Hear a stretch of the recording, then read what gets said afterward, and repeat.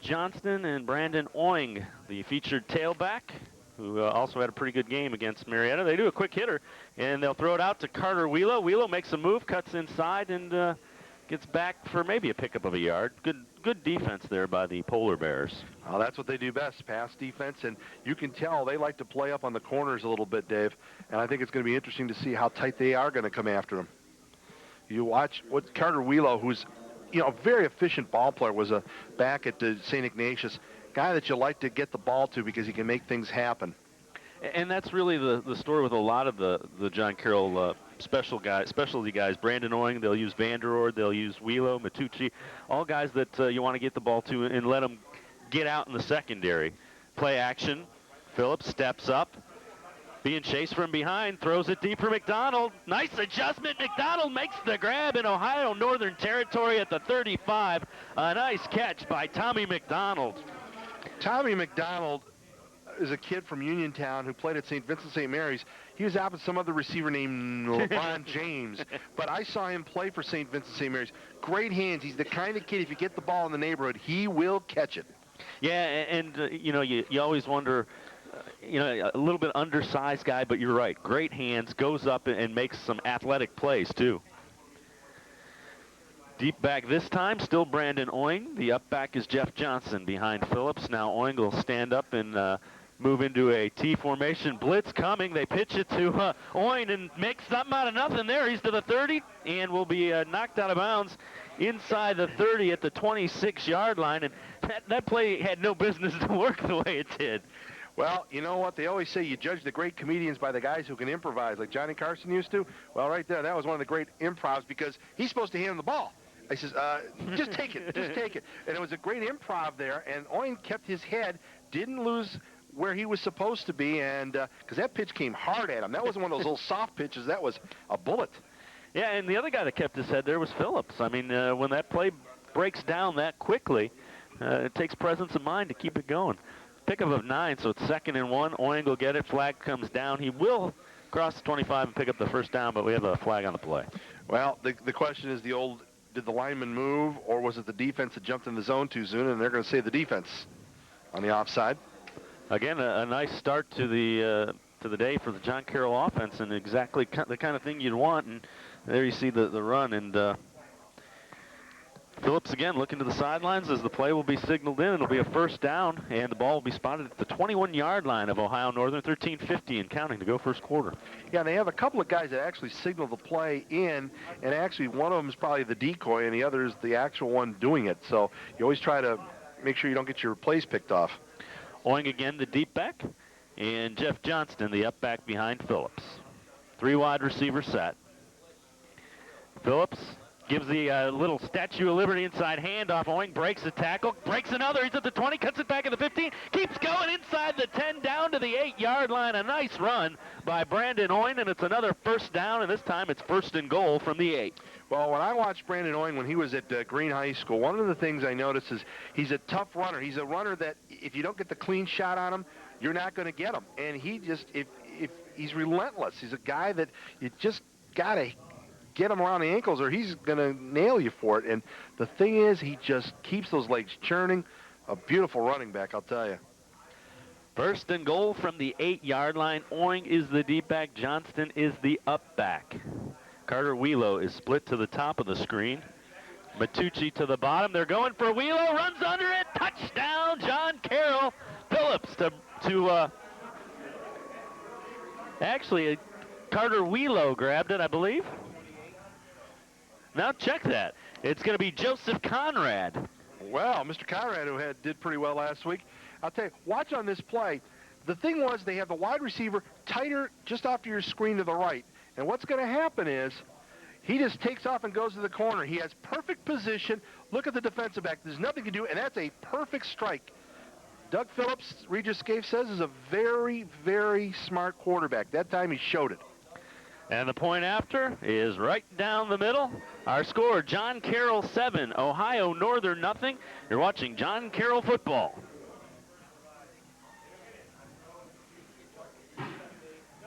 Nice catch by Conrad to put the Blue Streaks up 7-0.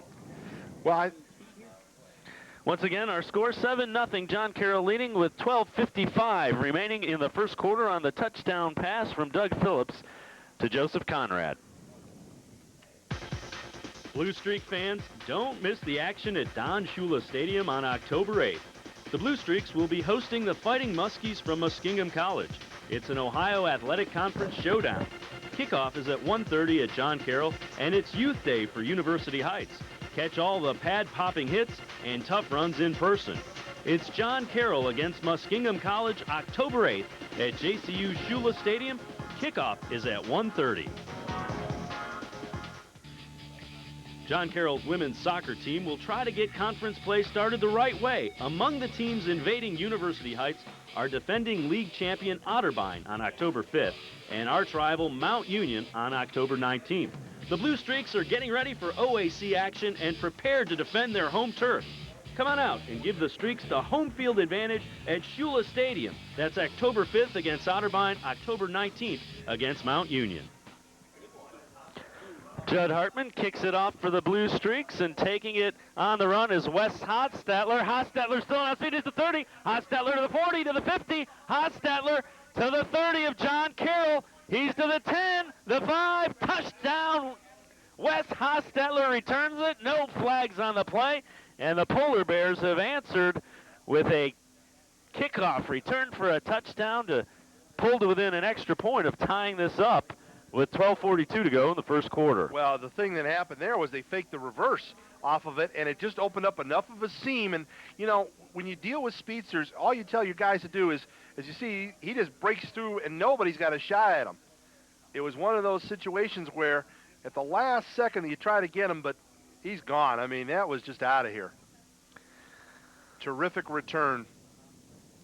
And on to try to tie things up, Matt Falks. Flag comes down, and we won't get this one underway just yet. I'll tell you what, that's a kind of play, though, that is so deflating because you've just had this beautiful drive if you're John Carroll, and all of a sudden, you know, you just give up 6 right off the bat. And, again, it was such a perfect reverse. The fake reverse just worked so well. They sold it well enough and just opened up enough of a seam. And, Dave, that's the thing people don't understand. Guys with speed on the returns, if you just give them a little seam, you don't need much, a little seam will do it for you. And Falks will try it from back a little bit farther now. Try to tie things up. 12:42 to go in the first quarter. So plenty of action here in the first 2.5 minutes of this game. Low snap handled. Falks' kick is up and no good. And he missed it to the right. So John Carroll holds on to the lead. 7-6, JCU leading Ohio Northern. You're watching John Carroll football on homecoming weekend from John Carroll University. Don Shula Stadium at John Carroll University is the place to be October 29th. The Blue Streaks will host Otterbein College in an Ohio Athletic Conference matchup. It's a 6 o'clock kickoff, but get there early and celebrate Parents Weekend with this year's John Carroll football family.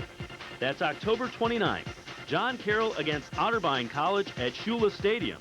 A 6 p.m. kickoff as the Blue Streaks celebrate Parents Weekend.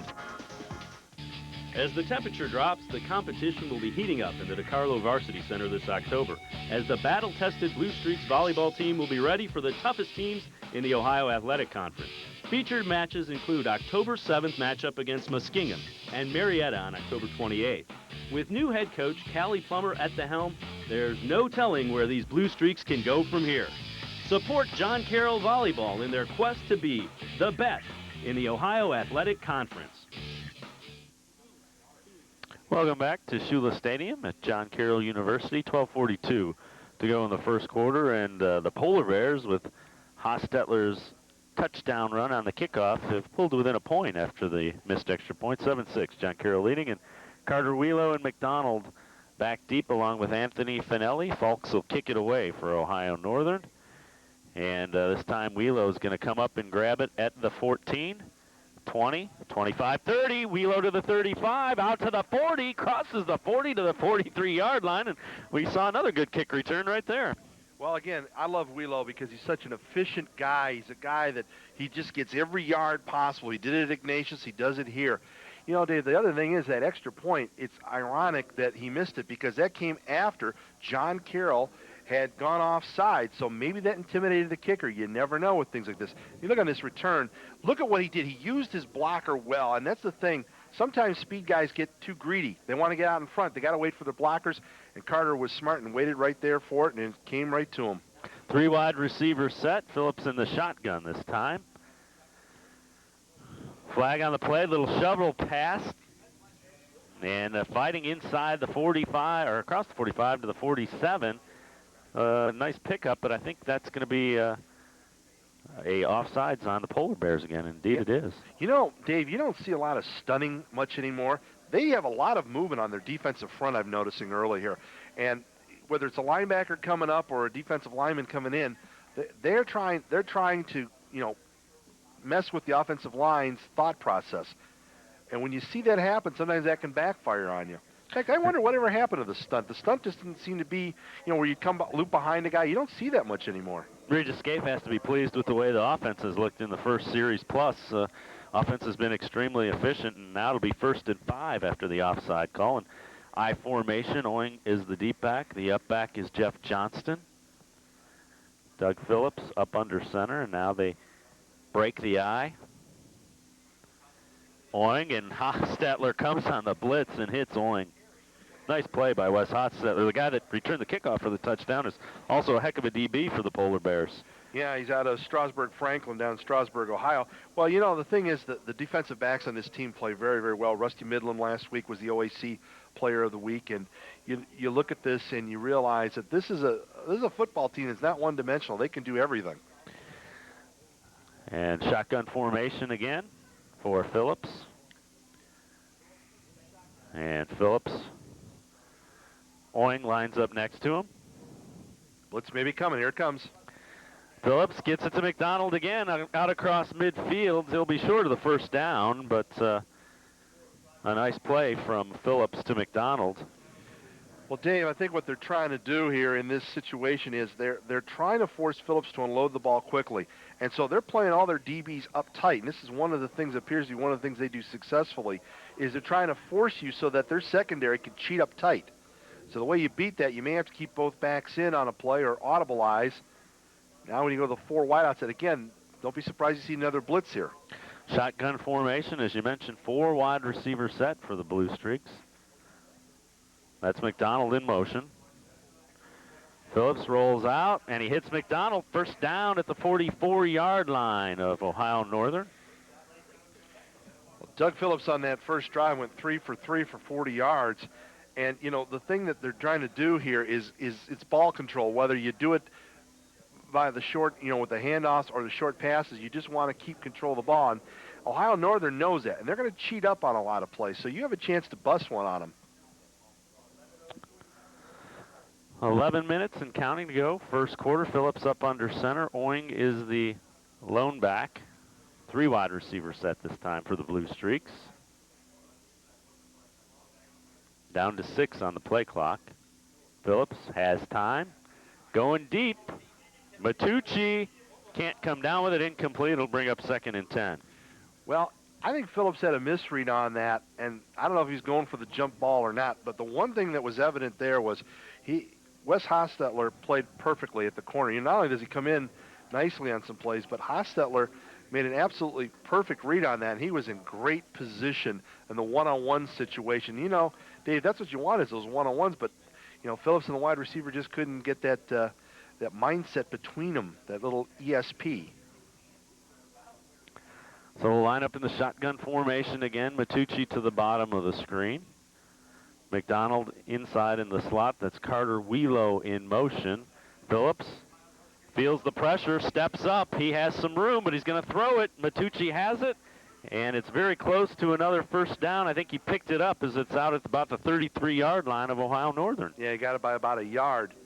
Good comeback route. When your quarterback's in trouble, come back to the football. I remember John Madden, when he was coaching, used to talk about that. And that's the thing. If you can remind your receivers, hey, you know, running away isn't going to do you any good. You got to come back. And still, he had the presence of mind to stay beyond the first down stick to get it.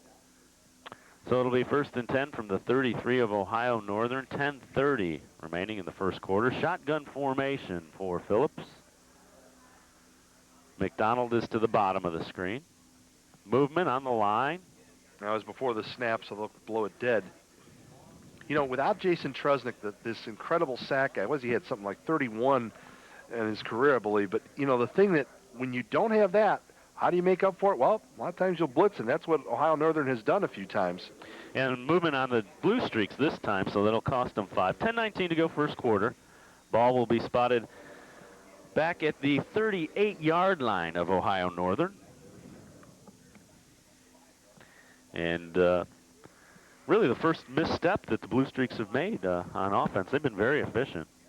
Yeah, they haven't gone with the tight end in any of these formations, basically. Shotgun formation again, 4 wide receivers set. Wheelo and Conrad to the top of the screen. Phillips going to dump it off to Oing. And a nice play defensively for Ohio Northern by Aaron Moan. And Moan just kind of snuffed that out and shut it down before it could get going. Came right off the blocker, kid from Oregon Cardinal Stritch. And what he did was he saw the blocker, stayed on his left shoulder, and Oing could not get in a position to cut it inside, and it was just a perfect play defensively.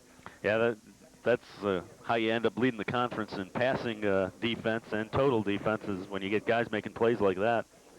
2nd down and 19 now for the Blue Streaks. 9:21 and counting to go first quarter. Shotgun formation for Phillips. In motion, Carter Wheelo. Phillips going to roll out. Protection is there. Dumps it off to Wheelo. He has it. Short gain. It'll be 3rd and 11 as they'll grab it at about the 34-yard line. But again, Ohio Northern, what the Polar Bears are doing, even there, if you notice, Wheelo came in motion. They're trying to, by doing that, you're trying to see who may be coming on the blitz package. But still, they're getting some good pressure up inside. They're still forcing Phillips to move around, and that's the thing that you want. You want that quarterback to not to be able to set up, and Phillips has had the presence of mind to make good plays, but they're not able to get the ball deep downfield at all. 9:06 to go in the first quarter. Shotgun formation now for Phillips. Oing lines up next to him. 4 wide receivers set again. Matucci and McDonald to the bottom of the screen. Wheelo and Conrad to the top. Phillips rolls out the other way, has time. Going to throw it back against the grain, and he's got Oing, and he's inside the 20 at the 18. First down, flags come down, and you saw Wheelo and Oing take your pick, and Oing comes up with it, and it's a first down, and it'll be a face mask. A nice job of keeping that play alive by Phillips. Yeah, I'm not sure who he saw. If he saw it was Wheelo or he saw it was Oing, they were both in the neighborhood, so it was hard to figure which of the two it was. But it worked out, and then you get a face mask to boot, so that's going to set them up first and probably goal inside the 10. It's going to be real close on the half the distance. And the Blue Streaks offense, with 8:54 to go in the first quarter, has been everything that Coach Regis Scaife could want and more. Personal foul, and there you see going against the Polar Bears. It'll be a first down at the 9-yard line, so first and goal for the Blue Streaks from the Ohio Northern 9, second drive, and Blue Streaks offense just keeps clicking. Polar Bears, of course, have been on the field for this virtually entire first quarter except for the kickoff. And they didn't need more than the kickoff to get on the board. Nope. Oing is the deep back. Johnston is the up back. More of a traditional set with the tight end in there. Oing has it. And not much running. Not much running room there. Good defense by the Polar Bears interior defense. Nick Bailey and Aaron Moan, Rick Danson up there to shut things down. Well, the thing is, again, without Trusnick here, now they've got Lenny Trusnick, of course, as an outside linebacker, but with with Jason out, who's that terrific tackle, there's a lot of pressure on them. But I think the Polar Bears have shown that they are really, they're not afraid to try some things. They've been blitzing. They've been blitzing corners. On this play, I suspect that they may spread it out, or even though they're in a tight formation. Let's see if they can try to get a wide receiver in a one-on-one. This is Conrad in motion. He caught the touchdown pass earlier. They faked the pitch. Little naked bootleg and going for the tight end in the back of the end zone, incomplete, as it was intended for Joseph Conrad. And actually, it's Castleman, the tight end, that they were going for. Yeah, Castleman hadn't been much in their formations, but that time they used it. I was surprised Phillips got him the ball, frankly, got it that close, because I thought he was basically almost throwing that thing away, but he got it there. That was a naked boot, but they also had 2 receivers in the neighborhood, so you had the feeling that they were going to try to fool them by, what you love to do in that situation. You get everybody together, and it's easier for the guys to get off on the pass, but that time they could not. So now they're going to spread it out, and let's see what they're going to do here.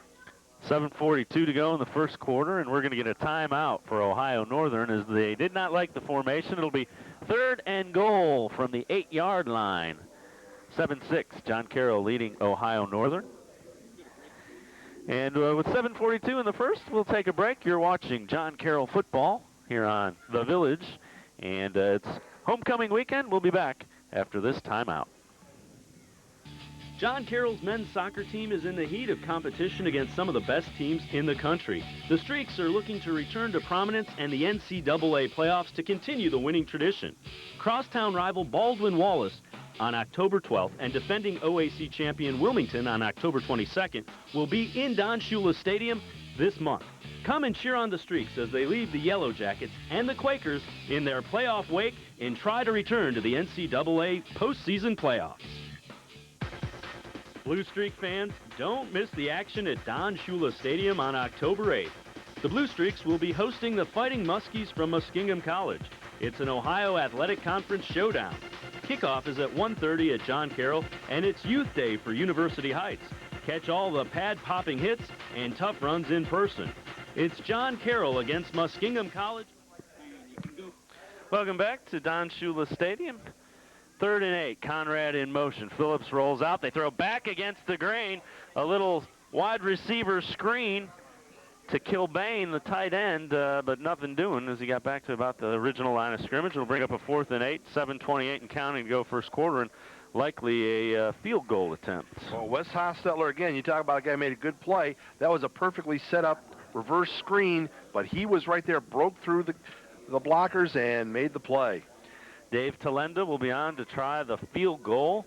Ball will be spotted at the 14-yard line, a 24-yard attempt as the Blue Streaks tried to add on to that lead. The snap is good. The set is good. The kick is good as well. So the Blue Streaks extend their lead to 10-6 with 6:59 to go in the first. And Jimmy really can't ask any more of John Carroll's offense than what they've given you the first 2 possessions against a very good defense. Well, yeah, and the more important thing is now that you've had the ball about 8 some minutes, is you've got the Polar Bears defense has been out there all afternoon so far. So what you've done is you've accomplished 2 things. You put a couple of points on the board, but more importantly, you're trying to tire out the Polar Bears. So now it's going to be incumbent on the special teams of John Carroll and their defense to try to hold them down. The interesting thing, too, is going to be, I'm going to be curious to see what happens here when the Carroll defense gets out, because they're trying to play matchup. They're going to play a little 3-4, a little 4-3, depending what Ohio Northern does, and that's the thing. Ohio Northern can put points on the board quickly, as we've seen, not only in their special teams, but in their offense. And I'm just curious to see what kind of a package Coach Regis Scaife and the boys have in store for them. Talenda will tee it up. And back deep will be Hostetler, who has already returned one for a touchdown, and Rusty Midlam. And also on the other side is R.J. Meadows, one of the featured running backs for the Polar Bears. Talenda hits a line drive, and it's going to be Midlam grabbing it at his 11. They fake the end around to Meadows, and Midlam, 20, spins forward, and will get out near the 25, as that time the contain was there. Well, that's the second time they have tried to make Carroll believe that they were going to take the reverse on that. And the idea is splitting up your defenders on the special teams so that you create some seams. It worked the first time, not that time. Yeah, that would tend to lead you to believe they think that the special teams pursue pretty aggressively if they're trying to run something along those lines. So the first time the Polar Bears have the ball on offense, Adam Quirk is the quarterback.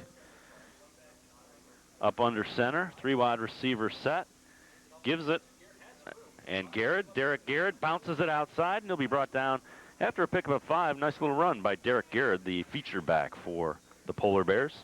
And I'll tell you what, David Graves and Luke Palmisano were in pursuit that time because I'll tell you what, he looked like he had an angle to get a little more yardage. 6:28 remaining in the first quarter. And it is now a 2nd down and 4. Ball spotted just short of the 30-yard line. Again, the lone back behind Quirk is Derek Garrett. Quirk wants to throw, feels the pressure, and he's going to go down. Nice play inside for the Blue Streaks. Mike Vidmar, the senior from Lake Catholic, kind of just dove at him and swiped at him and got a big arm and knocked him down. Well, what you want so much from your interior lineman is you want some penetration. You want to blow up the play, and that's exactly what he did that time. And Vidmar, of course, a kid from Lake Catholic, which has been noted for over the years for some pretty good defense, especially when John Gibbons was coaching him a number of years ago. And, of course, he's with St. Ed's. So the loss goes all the way back to close to the original line of scrimmage. We'll call it 3rd down and 9, 5:30 to go. Quirk play action. Steps up over the middle, looking for the tight end. It's broken up. Good play for John Carroll as the linebacker in coverage there making the play is Matthew Harmon. Well, Harmon, not only he almost set up the tip drill right there for them. Ball was really forced that time by Quirk, who's a 60% passer. He's thrown 8 touchdowns this year. Kind of expect him a little better effort than that. There was 3 guys right in the neighborhood. So they hold on defense, do the Blue Streaks, and a 3-and-out punting unit comes on for Ohio Northern, and it will be Brian Lee to kick it away. High end over end. Finelli dangerously grabs it, and the coverage is great. As for the Polar Bears, Sean Toll almost hit him as soon as he grabbed it. That's just good special teams play by Toll. He let him catch it, he gave him his yard, and then was right on top of him all over him. I remember there's no halo rule like they used to have. They used to have to give him so much yardage to make the catch. That's gone, and that's to the disadvantage of the punt returners. And that time, it was interesting. Lee did a great job, and you don't always note this in the book sometimes, he handled the snap well. That was a bad snap, and he handled it cleanly. And the officials are conferring as the Blue Streak offense is waiting on the sidelines. It's interesting. Regis Scaife, of course, is a guy, was one of the many people that when Tony DiCarlo turned this program around about 18 years ago, he hired and brought him in as a defensive coordinator, went to Case, coached there for 3 years, and came back to be the head coach. Started his coaching career out at Chanel High School, along with Kerry Volkman, who's their defensive back coach here, and also the head wrestling coach. Shotgun formation, 2 wide receivers set. Phillips has Johnston and Oing on either side of him. And he's looking for McDonald. He has him at the 45, and a good quick drop and a little quick hitter there. What John Carroll's doing is just basically a controlled passing game. They're not doing anything fancy. And again, they're almost daring the defensive backs of the Polar Bears to come up tight. So, Phillips might have the ability at some point to go with a pump and go or a fade or something like that. I think that the big thing that Carroll's trying to do right now is to say, hey, listen, we're just going to keep doing the same thing over and over again until you stop us. You haven't stopped us yet. Shotgun formation for the Blue Streaks. Phillips gives it to Oing.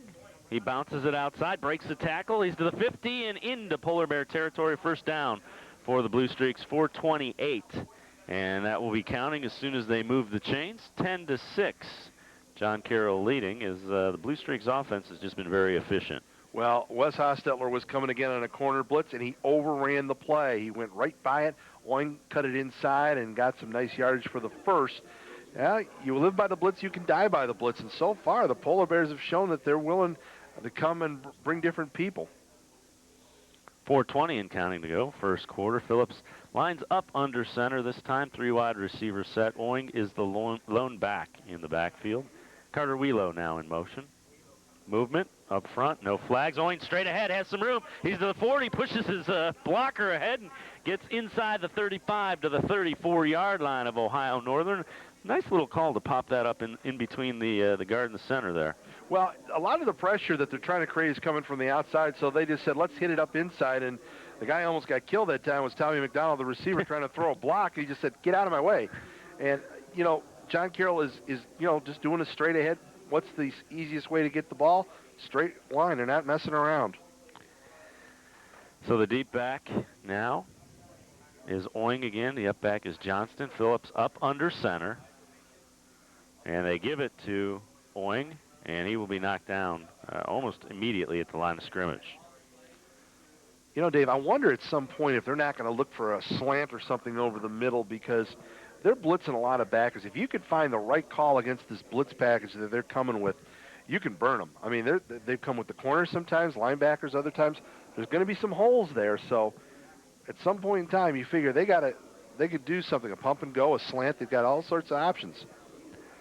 Shotgun formation for Phillips. Matucci and McDonald to the bottom of the screen. Wheelo to the top with Carter. This time they go with a three-man line. Oing with as the lone back next to Phillips in the shotgun. He has some time. Looking deep for Matucci. Matucci has it inside the 10, down to the 5.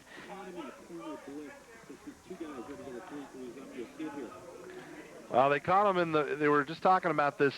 That time they caught him in the corner blitz. And it was interesting. I thought the receiver actually kind of pushed off because he had that right arm sticking way out there. And my goodness, that was a nice play. Brandon Oing with the nice block, picking up that blitz, really set that up. Something you don't really mention from your guy that's your tailback, but he's pretty complete. Well, anybody who played for Eldon McVicker at Green learned how to do the fundamentals of blocking, because they weren't a fancy offense. They were just efficient. And speaking of efficient, how about this John Carroll offense here? First 3 possessions, moving down the field. In motion, Conrad. Play action. Looking for the fullback, Johnston. Touchdown. What a catch, as the coverage was there by Hostetler, but timed perfectly by Johnston, delivered perfectly by Phillips. Well, the latter is the more important. Phillips has to put that ball perfectly, or he's going about 100 and some yards the other way. Put the lob, put it over the top. That's something you can't teach. Some quarterbacks cannot throw that ball. They can't put that arc on it that you need to make that play. He certainly has and did. That'll bring on Talanda to try the point after to push it to a 17-6 lead. 2:27 remaining in the quarter. The snap is good. The set is good. The kick is right down the middle. 17-6. John Carroll leading Ohio Northern here on homecoming weekend at Shula Stadium. You're watching John Carroll football here on The Village. In a word, describe the study of liberal arts at John Carroll University. Stimulating. Advanced. Collaborative. John Carroll, strong Jesuit tradition, solid education, sound future. John Carroll's men's soccer team is in the heat of competition against some of the best teams in the country. The Streaks are looking to return to prominence and the NCAA playoffs to continue the winning tradition. Crosstown rival Baldwin Wallace on October 12th and defending OAC champion Wilmington on October 22nd will be in Don Shula Stadium this month. Come and cheer on the Streaks as they leave the Yellow Jackets and the Quakers in their playoff wake and try to return to the NCAA postseason playoffs. In a word, describe the graduate school programs at John Carroll University. Professional. Challenging. Empowering. John Carroll, strong Jesuit tradition, solid education, sound future. Welcome back to Shula Stadium as the touchdown pass from Phillips to Johnston makes it 17-6. Talanda a little squibber. Midland picks it up at the 14. 20-25. He's to the 30.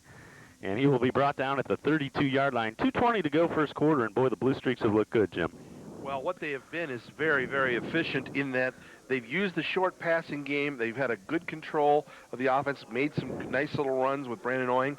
And you know what? The running game hasn't been fabulous. But what they've done is they've made every play count. They've made a bunch of big plays. And frankly, I'll tell you, Doug Phillips has thrown 2 of the best balls we've seen for touchdowns in years where he had to put perfect arc on it, and he did. So the Polar Bears take over. Garrett has it, and Garrett gets across the 35 out to the 37. Again, decent pickup on first down running the ball for the Polar Bears. Well, Garrett and Meadows average 4.6 per pop, so they're, again, good running backs, steady running backs. The thing is, I think that John Carroll's worried about is the balance. This team will come at you different ways. They'll use a few different wrinkles. They don't look fancy, but they can do a lot of things well. Quirk gives it to Garrett again. Garrett busts through a hole, and he looks like he picked up the first down out near the 43-yard line. The Carroll defense is right now just playing pretty basic. They're right now just trying to figure out what they want to do to match up with them, and I think that this is going to make it very interesting for Coach Regis Scape, because they obviously talked a lot about trying to match up on what they've talked to us about, maybe a 3-4, a little 4-3 look. They're going to vary it. Now they're going to come in the 4-3, see if they can match up, because they want to shut down the run right now. In motion is Ben Whitwer. Quick hitter to Quick, and Quirk gets it to Whitwer. And good read and react by the Blue Streak defense. 1:12 and counting go first quarter. You know, just you look at some of the numbers in this game thus far. You talk about guys who are having a great game. Doug Phillips, the quarterback, 13 of 15, 121 yards, 2 touchdowns. But the thing is that he's made good throws, made good decisions on his throws. And now Quirk's going to be tested here, trying to bring the Polar Bears back, down 11. 2nd and 11. Brian Lee split to the bottom of the screen, option right. They pitch it to Garrett. Garrett makes a move, but is brought down right around midfield. So it'll bring up 3rd down and 5. You know, you wonder about what Utah's influence has been on the college football front when Urban Meyer was there before he moved down to Florida. And you're seeing more triple option. In this case, just the simple option. But you're seeing quarterbacks being asked to do more and really carry out the fakes, because that's the important thing. You want to make this thing run well. If you're running an option, you've got to be able to, A, run the football, and B, be able to make the pitch and make the good decision. 11 seconds and counting remaining, first quarter. Quirk, play action, has time. Plenty of time, deep down the field, incomplete. He overshoots Porter as the defender slipped, and Porter a little slow to get up as he took quite a pop from Carlo Melinrano. Carlo Melinrano, a nice defensive play there for the Blue Streaks. Yeah, he came from Notre Dame Cathedral Latin, lived out in the Highland Heights area. Well, it's interesting, he had Brian Lee open over the middle. He completely missed him, and he was the guy who had the big week as their top receiver. Anthony Finelli lines up at his 12-yard line, and this will be the final play of the first quarter. Lee gets away a high floating kick. Finelli grabs it on the run at the 16. He does not subscribe to the fair catch theory there. Again, in traffic, makes a nice job, and Blue Streaks will take over 1st and 10 from their 19-yard line. When we start the second quarter of play, our score, John Carroll 17, Ohio Northern 6. You're watching John Carroll football on the Village. It's homecoming weekend at Don Shula Stadium. In a word, describe athletics at John Carroll University. Competitive. Intense. Fantastic. Awesome. John Carroll, strong Jesuit tradition, solid education, sound future. Blue Streak fans, don't miss the action at Don Shula Stadium on October 8th. The Blue Streaks will be hosting the Fighting Muskies from Muskingum College. It's an Ohio Athletic Conference showdown. Kickoff is at 1:30 at John Carroll, and it's Youth Day for University Heights. Catch all the pad-popping hits and tough runs in person. It's John Carroll against Muskingum College, October 8th at JCU Shula Stadium. Kickoff is at 1:30. In a word, describe the Boulder Graduate Business Programs at John Carroll University. Leadership. Flexibility. Opportunity. John Carroll, strong Jesuit tradition, solid education, sound future. Welcome back to Don Shula Stadium here on the campus of John Carroll University. Homecoming weekend for the Blue Streaks, and first 15 minutes have been a celebration for the football team. They're moving the ball up and down the field against a very good Ohio Northern team, ranked 7th in the country in Division III. Phillips up under center, 3 wide receiver set. In motion is Conrad, and that's where Phillips is looking. Nice little comeback screen there. Well, Phillips in that first quarter was, we mentioned before, 15 of 13, 121 yards, 2 TDs.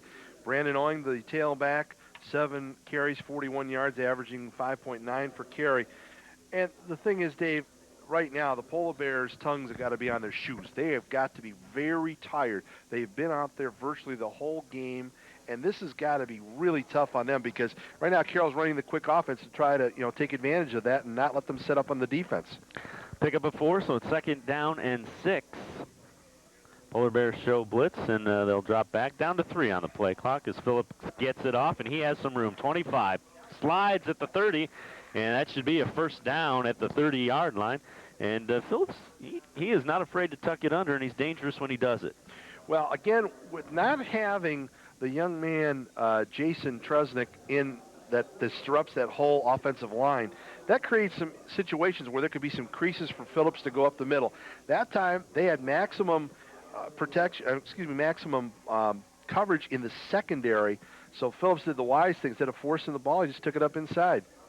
Owing is the lone back, 13:52 and counting to go first half. Phillips up under center, and he's going to throw again. Has time, going down for Conrad. Some bumping there. Oh, almost a great catch by Conrad. He wants the flag as there was some contact, but really no one gained the advantage by doing it. I think that's a pretty good no call. Well, what the official's doing in that case is he's saying, okay, boys, you want to bump each other? Fine. Let's see who can get the football, and let's see who can make the catch. And that time, Conrad almost made a great catch. But if you notice what Phillips is doing, Dave, he is putting the ball in such a great position. This is why Regis Scape's got to love this kid. He's smart, but he also knows where to put the football. A lot of quarterbacks just don't know how to arc it and where to put it over which shoulder, and where to get it to the hands so the receiver can extend. And you also saw Hostetler there knock the ball out, kind of punched it out, and just a nice play by Hostetler.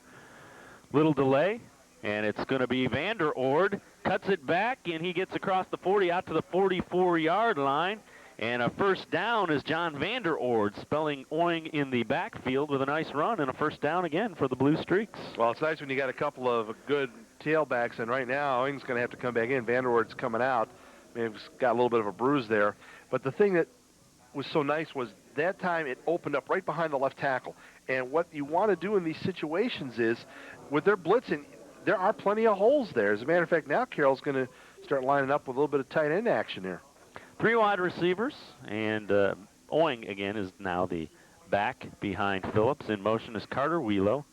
Matucci is to the bottom of the screen. Phillips has some pressure, trying to avoid it, and didn't get the corner, and then Hostetler comes in to finish him off. It'll be a loss back to the 42-yard line, loss of a couple. Yeah, that was new pass. That was just a design draw play with the quarterback in mind. They thought there was a blitz package coming, but that time Ohio Northern had none of it. I don't know if they had anything coming. It didn't appear as though they did. Dave, the other thing about it is right now on 2nd down, right here, all you're going to do is you're going to probably see them go for a 7 or 8 yard out pattern if they stick to what the game plan has been thus far. 2nd down and 11, a loss of just a yard, 12:33 and counting to go in the first half. That's Carter Wheelo in motion. Phillips has some time looking for Conrad and overshoots him. Incomplete coverage was there, but that one just kind of floated on him. Yeah, he actually let the ball go up too high. He needed to wait about another split second as he was coming through in his motion, as he did just loft it. But they had the corner blitz coming again from the left cornerback slot or on the right side as the offense would see it. And, man, he was coming. They picked it up nicely, Oing with a beautiful block to give him time to clear it out. 12:23, and the clock stops on the incomplete pass, so it'll now be 3rd down and 11 for the Blue Streaks. And the Polar Bears are going to go with a 3-man look on the front. So the blitz could come from anywhere. It could come from the corners, could come from the linebackers. Shotgun, quick snap. Phillips rolls, feels some pressure, throwing for Conrad incomplete, and he got hammered as he let that go. Good defense there by the Polar Bears would bring up a punting situation. No separation with the receiver downfield, and now John Carroll will have to punt for the first time, and the defense will be fresh. There's no reason for the Blue Streaks to have to. They've really forced the Polar Bears' hand here early. So Bill Goodrich drops back to kick it away for the Blue Streaks, and Wes Hostetler, who returned the first kickoff. A bad snap handled nicely by Goodrich, but Hostetler, we saw, was a dangerous return man earlier. He's going to let it hit. It's going to roll inside the 20, takes a nice Blue Streak roll, and it'll be down at the 14-yard line. 1st and 10 for Ohio Northern.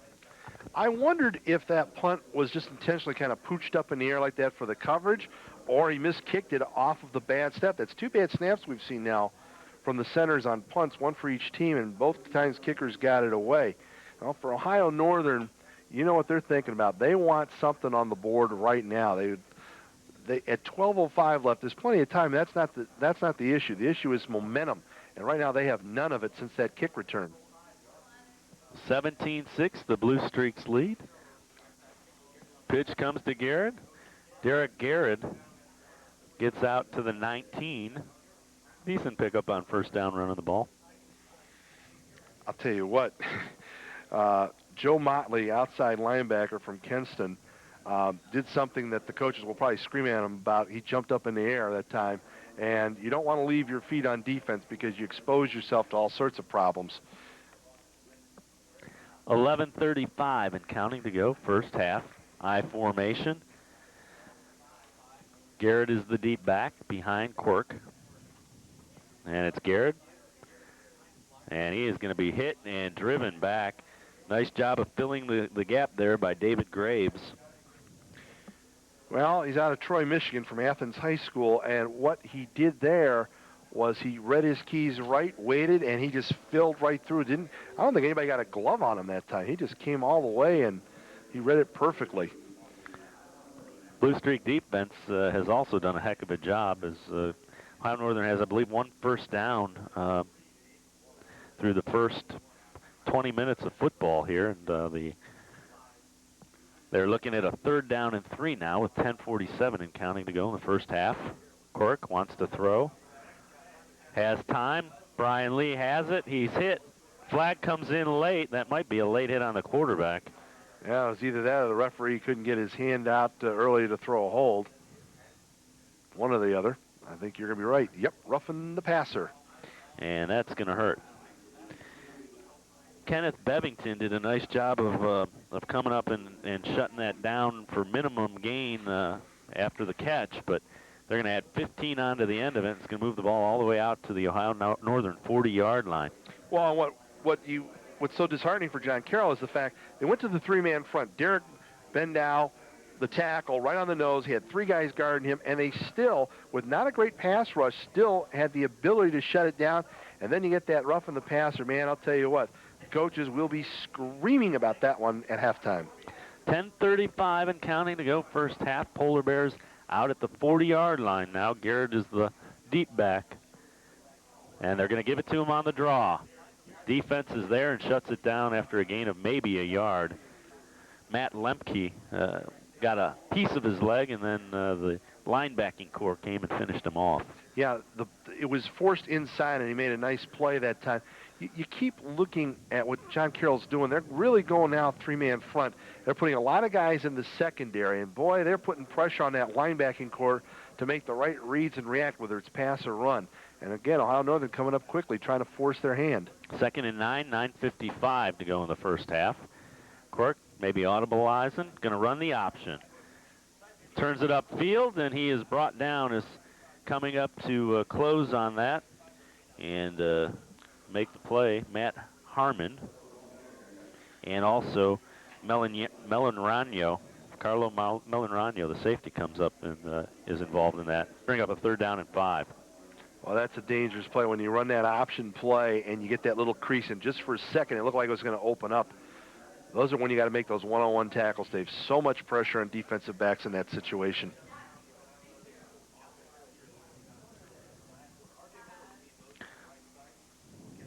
Meadows in motion. Snap. There's trouble there.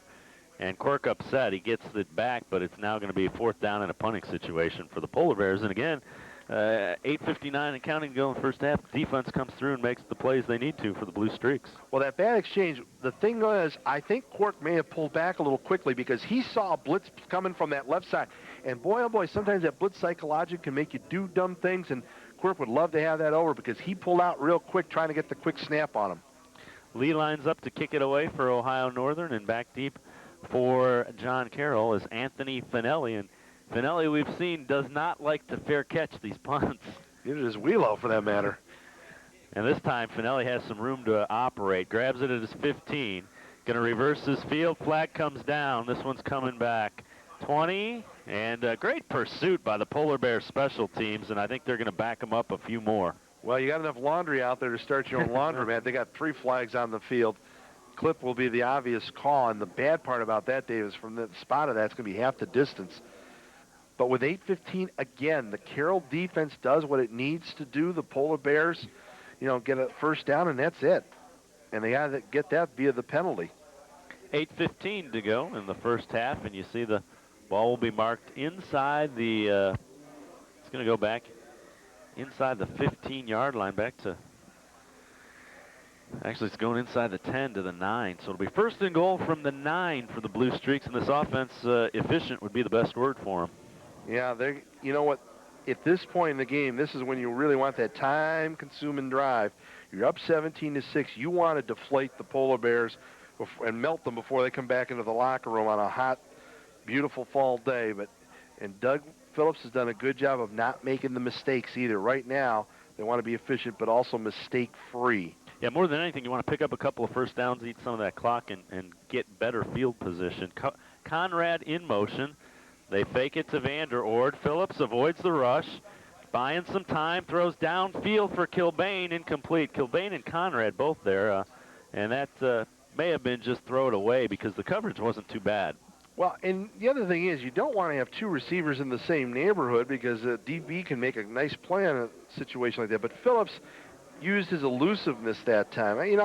It's funny because when he was at Strongsville, I don't think he got the chance to really show much of that because, he was a straight handoff guy, right, short passer. But, boy, he has shown some good moves. And the thing is he seems to anticipate defenses coming and just uses his head so well. I know Coach Scapes is a very intelligent player, and he's shown it in this ball game. Vander Ord is the lone back, 4 wide receiver set shotgun for Phillips. And he's going to get pressured and sacked. Nice job of coming in from the corner. So Rick Davison makes the tackle there. Rick Dannison comes off the corner and gets the sack. And Sean Harmon was in the neighborhood, too. You look at what's going on here. Now for John Carroll, you got to make a decision. You can just try to run the thing and pick up a little yardage on a pitch or a quick up the middle, or do you gamble and try and throw it and get a little bit of yardage out there? 7:38 and counting to go, first half. A 3rd down and 18 now for the Blue Streaks from just inside the 1-yard line. And a timeout. Phillips did not like the defensive set. He'll call timeout. 7:21 to go in the first half. John Carroll with a 17-6 lead. And you're watching John Carroll football here on the Village. It's homecoming weekend, and the Blue Streaks leading 17-6. We'll be back after this timeout.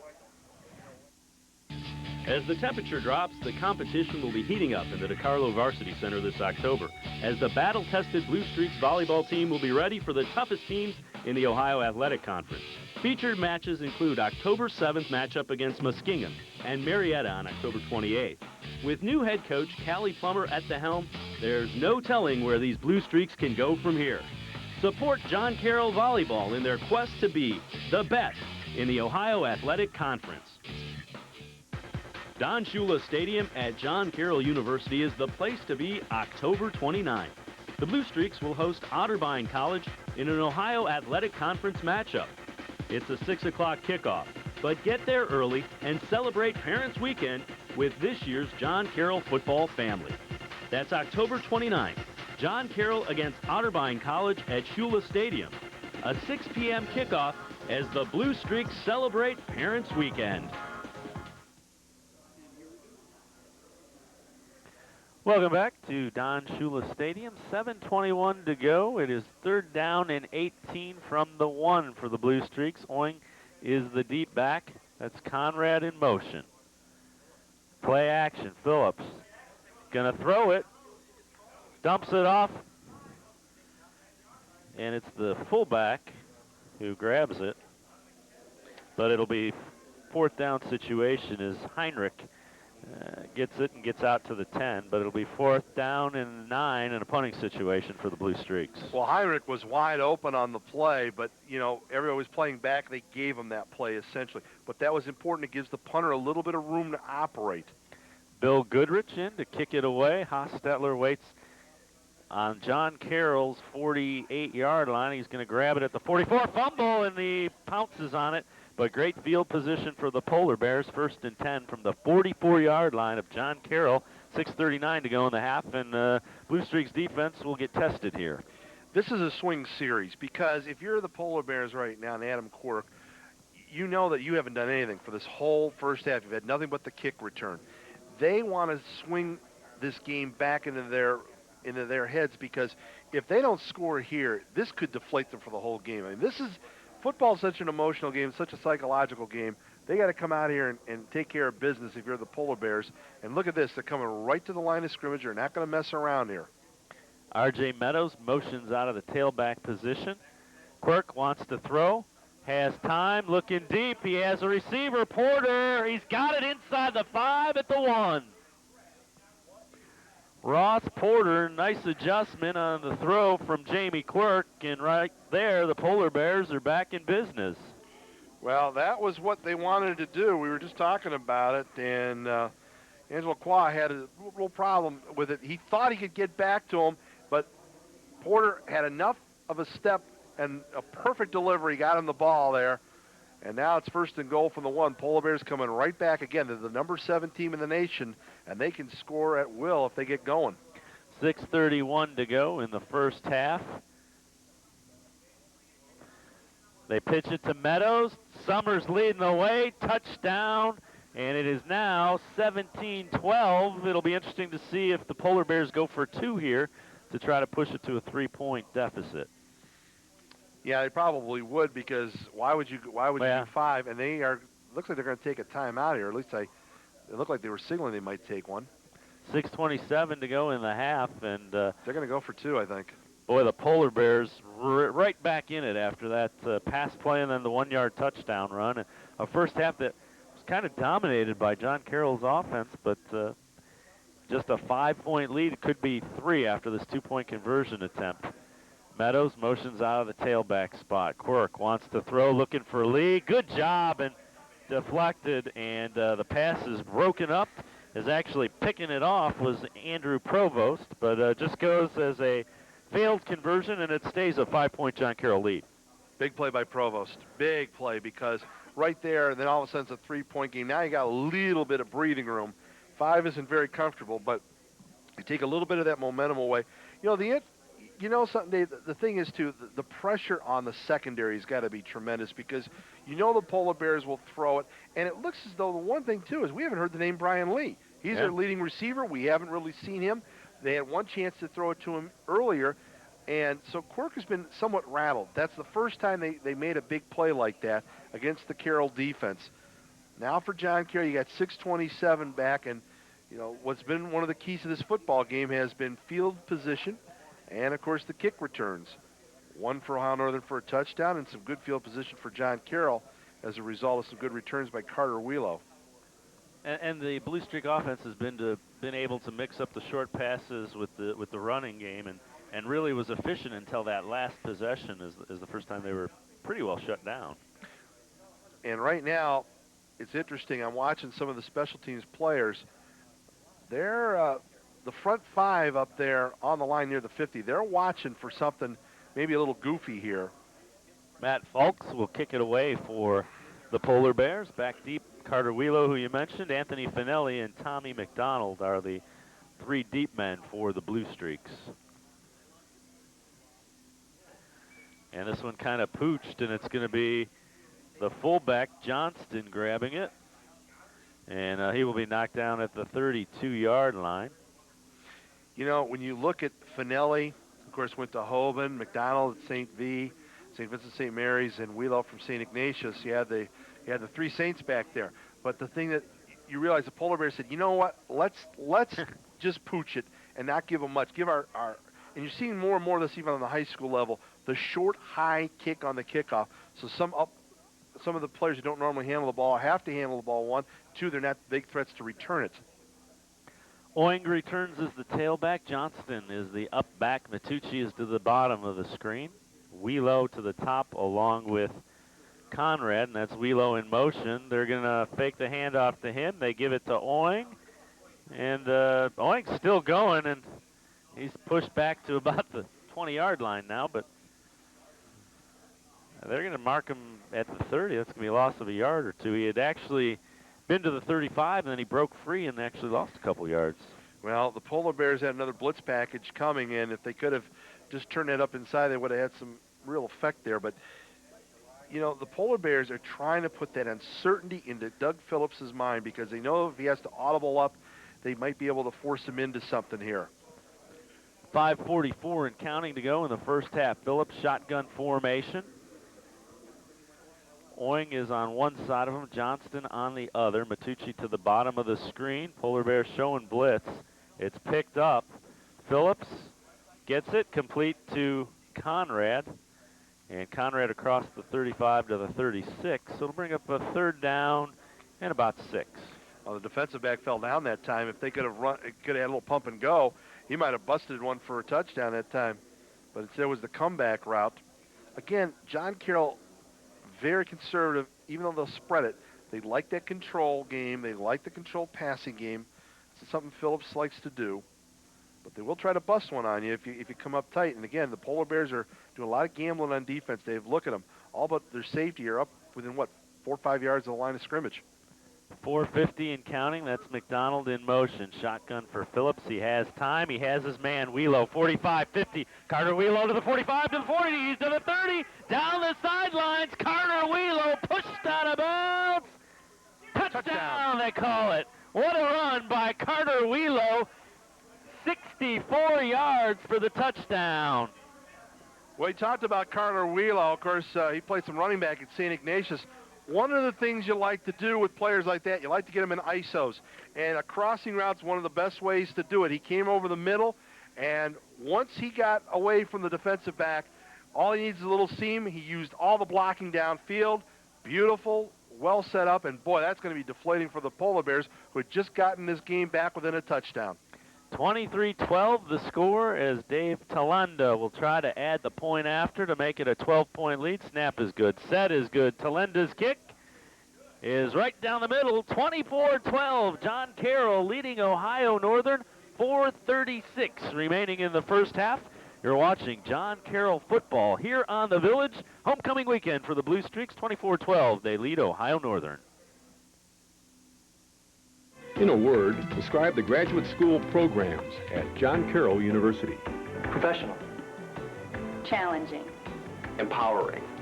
John Carroll, strong Jesuit tradition, solid education, sound future. John Carroll's women's soccer team will try to get conference play started the right way. Among the teams invading University Heights are defending league champion Otterbein on October 5th and arch rival Mount Union on October 19th. The Blue Streaks are getting ready for OAC action and prepared to defend their home turf. Come on out and give the Streaks the home field advantage at Shula Stadium. That's October 5th against Otterbein, October 19th against Mount Union. Welcome back to Shula Stadium on homecoming weekend, and the Blue Streaks lead the 7th-ranked team in Division III, Ohio Northern, 24-12 after the nice run and after the catch by Carter Wheelo, 64 yards for the touchdown as he hooks up with Doug Phillips and pushes that lead back out. That's exactly what Coach Scaife would want from his troops, is to respond like that after Ohio Northern took the short field and got the touchdown. Talenda will kick it away. A little squib and fielding it, fumbled, and that's picked right up as Ohio Northern's Darren Nunn, linebacker, showed why he's a linebacker with the hands there, basically.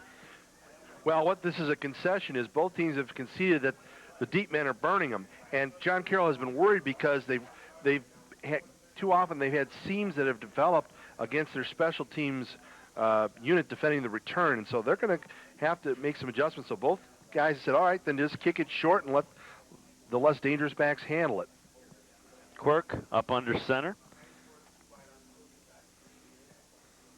Option. They pitch it to Garrett, Derek Garrett, and Garrett gets out to the 33-yard line. All but one play has really been consistent for the John Carroll defense, and they got burned in that one long pass to the one, and that's been about it because they've really responded. And Dave, the thing is, they have defended the option well. It hasn't been run often, but when that option comes, man, you have got to fill your spots. And they've done a great job of crowding the football as well, making the quarterback pitch it maybe a little sooner than he wants to.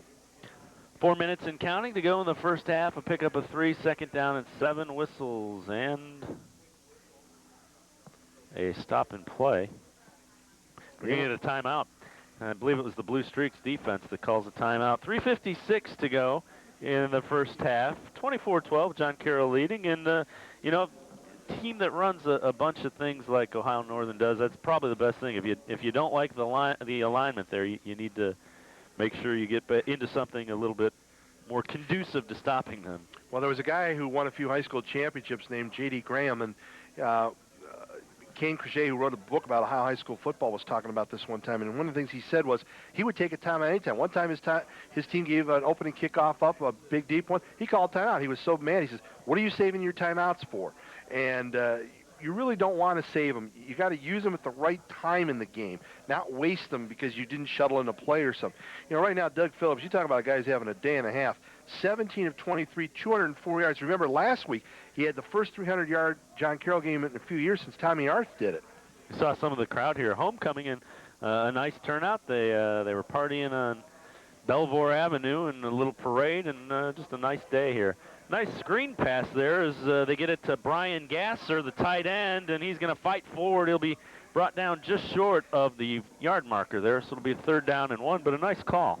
Well, Luke Palmisano prevented a very long play that time. He broke through the blocking enough to hold it down close to the 1st down, but, man, that thing was, again, Dallas Cowboys used to run that play where you'd go to maybe to one side of the field and you'd throw it back the far side and run almost a tight end screen. And what you're trying to do is you're trying to get the defense to lean one way and create a seam.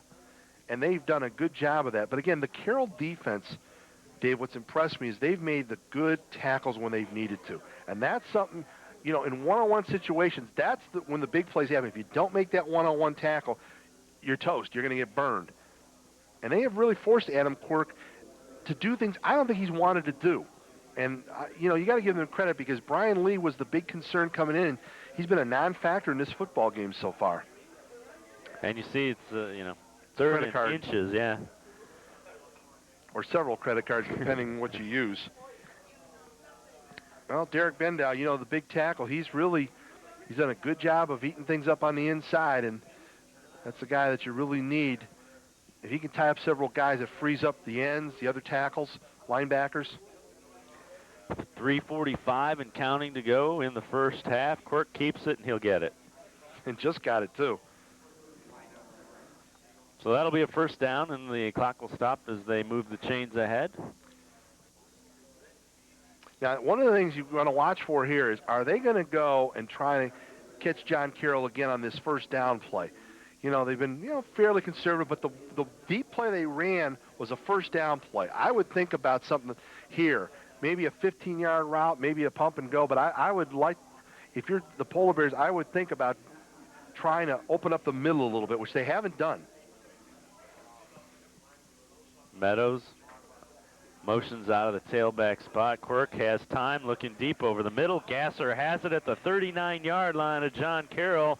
The tight end with just a little curl route underneath.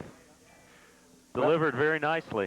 If you're taking the wide receivers away, that leaves 2 things, the running back and the tight end. And the tight end is open on this particular play. And that was a well-delivered ball right in the seam of the zone. It was a good zone, but he got it perfectly there. Now, if you notice, Dave, they're going to try to run the quick sugar huddles or no huddles here to try to catch John Carroll off guard. 3:08 and counting to go in the first half.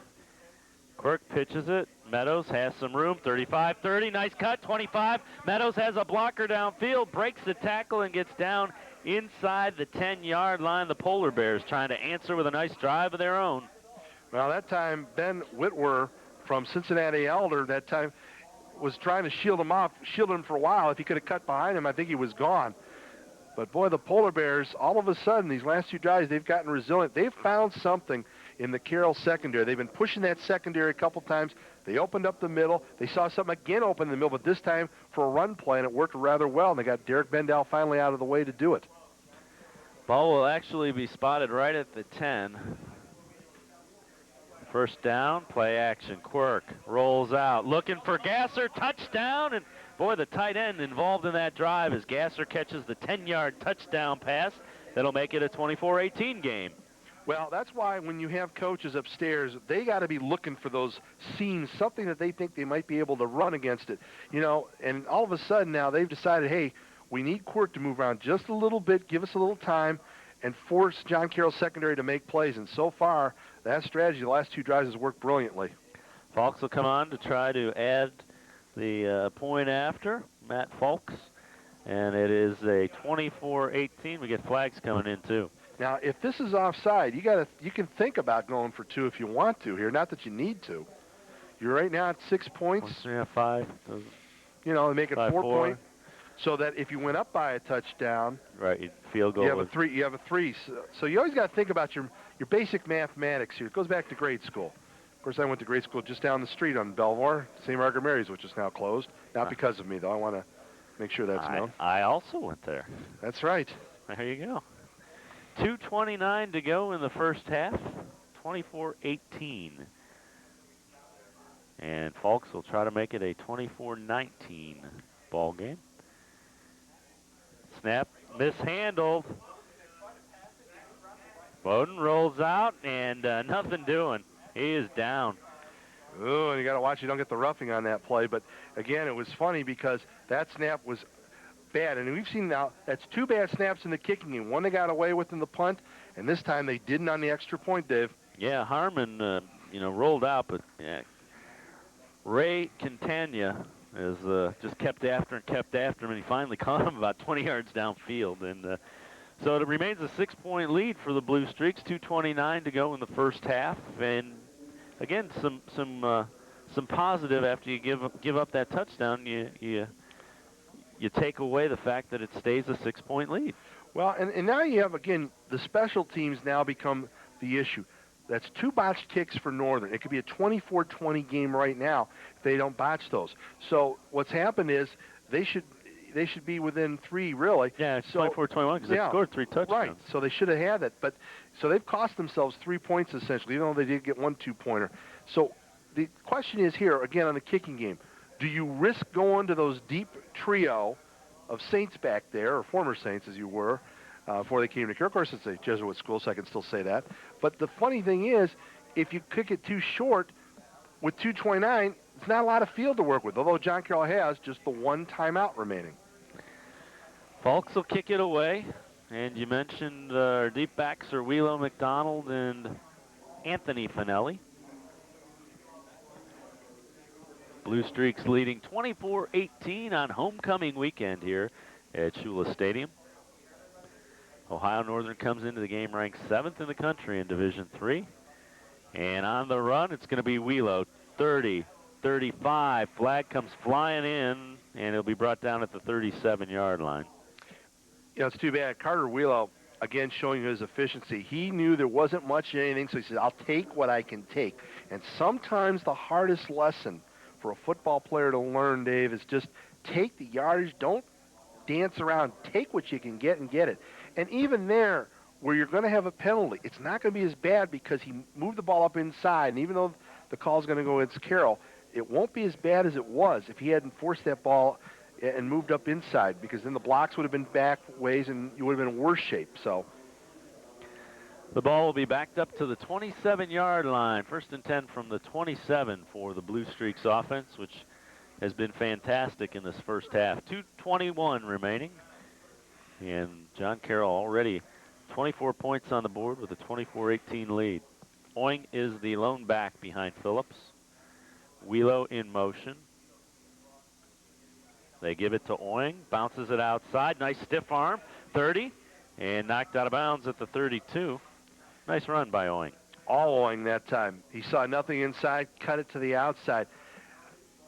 You know, there's a lot of shifting going on. That time, Dave, I was watching the linebacker suddenly drifted back, the defensive back shifted over toward the middle.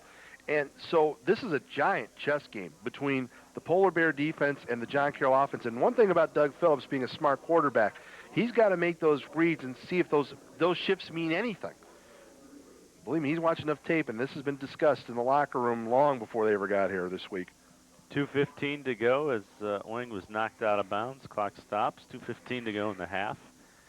Phillips, quick drop, pump fake.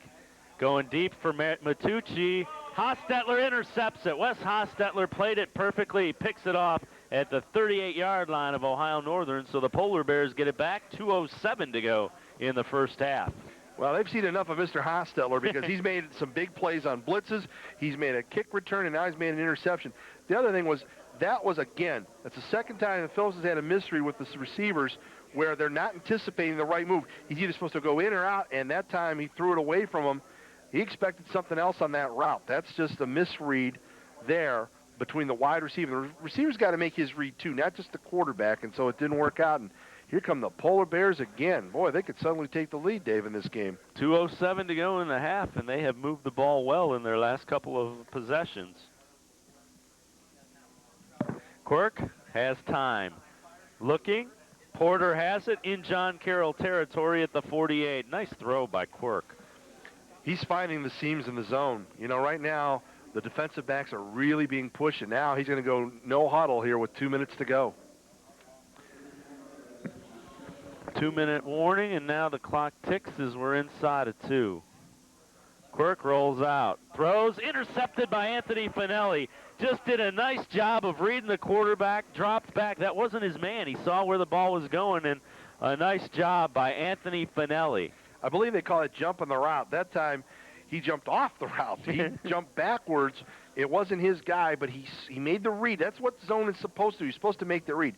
When Anthony Finelli played at Archbishop Hoban, he was the type of kid that you could tell he was smart. The coach, Ralph Orsini, relied on him to do a lot of things. That's why. Kids like that who can make plays for you, they're so important. So the Blue Streaks defense answers the call, comes up with the turnover, and now the offense will have it. 1:50 to go in the first half, and they will try to add to a 6-point lead. Oing is the deep back, Johnston the up back, and a timeout for Phillips. Timeout with 1:50 to go in the first half. You're watching John Carroll football here on the Village. 24-18, the Blue Streaks lead on homecoming weekend over 7th-ranked Ohio Northern. We'll be back after this timeout. Don Shula Stadium at John Carroll University is the place to be October 29th. The Blue Streaks will host Otterbein College in an Ohio Athletic Conference matchup. It's a 6 o'clock kickoff, but get there early and celebrate Parents Weekend with this year's John Carroll football family. That's October 29th, John Carroll against Otterbein College at Shula Stadium. A 6 p.m. kickoff as the Blue Streaks celebrate Parents Weekend. Blue Streak fans, don't miss the action at Don Shula Stadium on October 8th. The Blue Streaks will be hosting the Fighting Muskies from Muskingum College. It's an Ohio Athletic Conference showdown. Kickoff is at 1:30 at John Carroll, and it's Youth Day. Welcome back to Don Shula Stadium. Phillips gives the ball to Oing, trying to get the corner, and he's strung out and brought down. Basically lost a couple. Yeah, Johnson, the fullback, tried to give him room. Well, with no timeouts remaining, the thing that John Carroll's wanted to do is they want to at least get a first down here because the Polar Bears have 2 timeouts. So this is going to be the play that tells us if they're going to call another timeout or not. And now they actually are going to take a timeout, I believe. But, boy, you wait. You got to make that decision quicker than that. That's where coaches waste decision. You either call the timeout or you don't. Rather than run one more play and see what you have. 1:24 to go in the first half, and we have a timeout now. It'll be a 2nd down and 12. Polar Bear defense really defended that well. They've seen that play, and this time came up and threw him for a 2-yard loss. Well, Oing had some yards early in the game. In the first quarter, he had 41 yards, but they've really done a good job of containing that situation. And again, because the Polar Bears are throwing everything at them, including the kitchen sink, they're blitzing from all over the place. It's really going to be incumbent on the offense to settle down in the locker room for John Carroll halftime and really dissect what they're doing. They've got to start picking up what's open in that blitz play. The Wheelo touchdown was that opening that was over the middle. And so you've got to start saying, where can we find it? Do we have to perhaps audibilize more? Oing again, the lone back. Conrad to the bottom of the screen. Wheelo in motion. McDonald is split to the top of the screen. Phillips. They fake the draw. Pressured. Flag comes down. That'll be holding probably. Yep. Completes it to Conrad into Ohio Northern territory, but I believe you're right. I think this one's coming back. Well, that's a couple times now that, yeah, it's holding. But what's going to happen here again is Phillips has been forced out of the pocket the last couple of times. They're getting pressure. The blitz is doing what it's supposed to do, and therefore the secondary doesn't have to respect the deep ball so much. So what you got to think about if you're John Carroll here, first of all, you want to eat up more of that clock because you got 1:14 left. You don't want to give the Polar Bears the ball with much time left. And the second thing you got to think about here is just not making the big mistake. You might be able to burn the Polar Bears, but right about now you got to be thinking, should we just try to hang on and get to the locker room up 6 and regroup a little bit, because they look a little discombobulated at this point. They're trying to figure out what's going on. And this one's going to be stepped off against the Blue Streaks, the holding call. Well, they declined it. And they declined it because it was a legal pass downfield. And that one's a loss of down with it. I believe so. So that cost them the down. Boy, that's real big right there.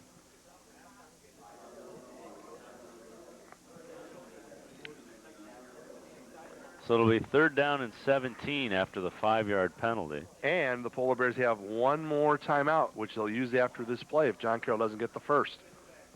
1:14 to go in the half, 3rd and 17. Oing is the lone back. They fake the draw again. Phillips rolling out, completes it to the tight end Kilbane across the 35 to the 37, still in bounds, but well short of the first down. And the clock is ticking with a minute left.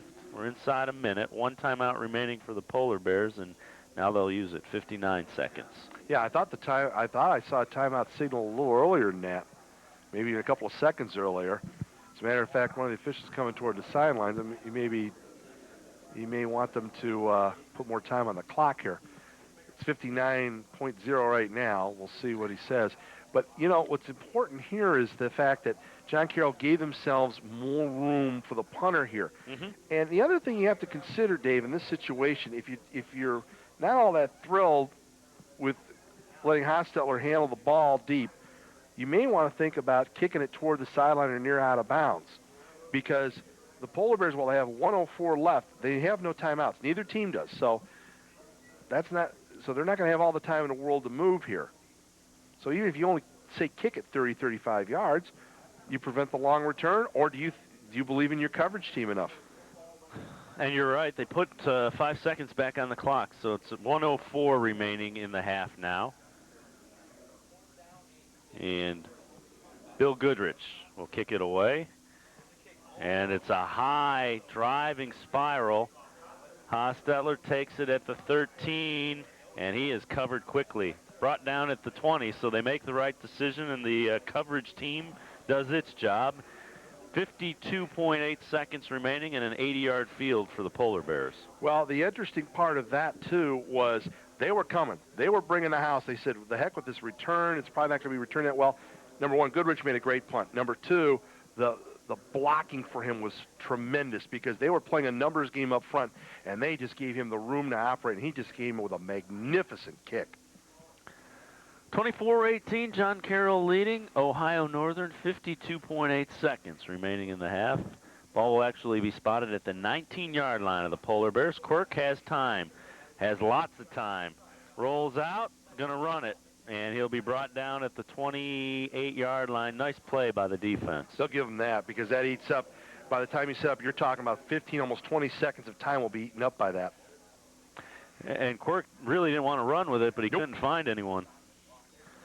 Quirk again rolling out, throws underneath, incomplete. Again, good coverage, good pressure, and 26.9 seconds remaining in the half. It'll be a 3rd down and 2 for the Ohio Northern offense.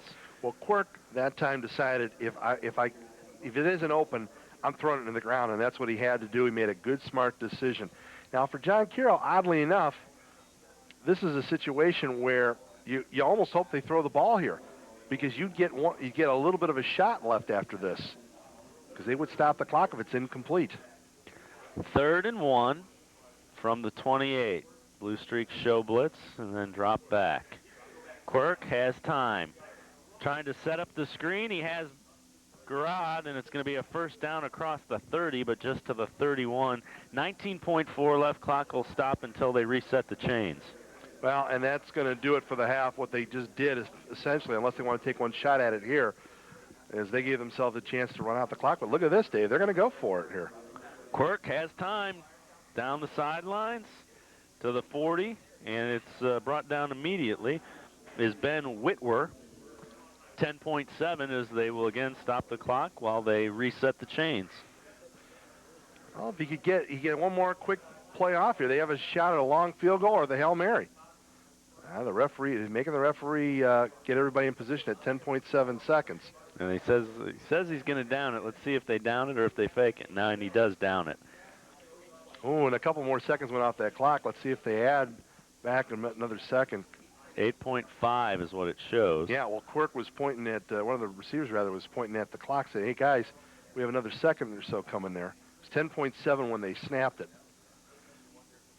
And now the Blue Streaks are going to drop 5 guys, 4 guys within the 20-yard line. They're expecting the Hail Mary here.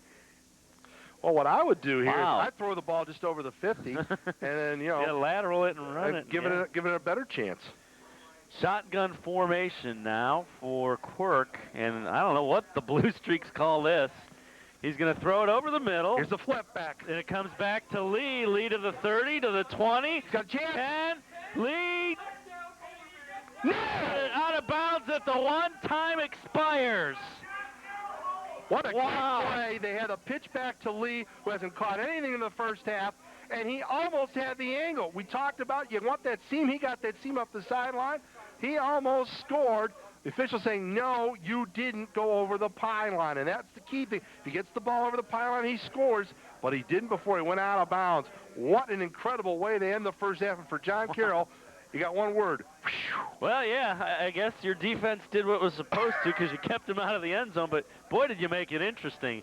It's been a fun first half. John Carroll leading the 7th-ranked team in Division III, Ohio Northern. Our score, John Carroll 24, Ohio Northern 18. It's homecoming weekend for the Blue Streaks, and you're watching John Carroll football here on The Village. We'll be back with second half action after this timeout. Blue Streak fans, don't miss the action at Don Shula Stadium on October 8th. The Blue Streaks will be hosting the Fighting Muskies from Muskingum College. It's an Ohio Athletic Conference showdown. Kickoff is at 1:30 at John Carroll, and it's Youth Day for University Heights. Catch all the pad-popping hits and tough runs in person. It's John Carroll against Muskingum College October 8th at JCU Shula Stadium. Kickoff is at 1:30.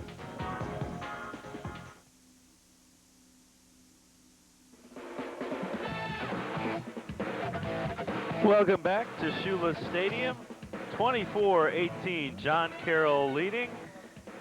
And getting set to kick it away for the Blue Streaks is Dave Talawanda. And Talawanda going to pooch it up. And it's going to be Midlam grabs it. Rusty Midlam, 30, has some blocking. 35-40, Midlam to the 45. He's out to midfield and into John Carroll territory at the 48-yard line. Well, we saw in the first half a situation where the kicking games really were interesting. It cost a couple extra points, were messed up by the folks from the Polar Bears. But then, in this situation, again, good kick returns from both teams. And so the special teams have, depends how you look at it. They either haven't defended well or the returns have been that good. Depends how you want to look at it, I suppose, which side of the ball it is. So Ohio Northern takes over on John Carroll's 48-yard line, 1st and 10. The pitch comes back, and Meadows trying to cut, goes down, and will lose a couple. It'll be back at midfield. And let's take a look at the play where you lost the end of the first half, where that big lateral, and he was knocked out of bounds at the 2-yard line. And take a look at Lee. And there's the first guy that gets a shot in him, and then it's Lonnie Edwards. 86, a defensive back wide receiver. Yeah, and he just lowers the shoulder. clearly he does not get in. Lee was arguing about that, and he clearly doesn't get in. He was hit at the 2. And now Quirk will give it on the draw.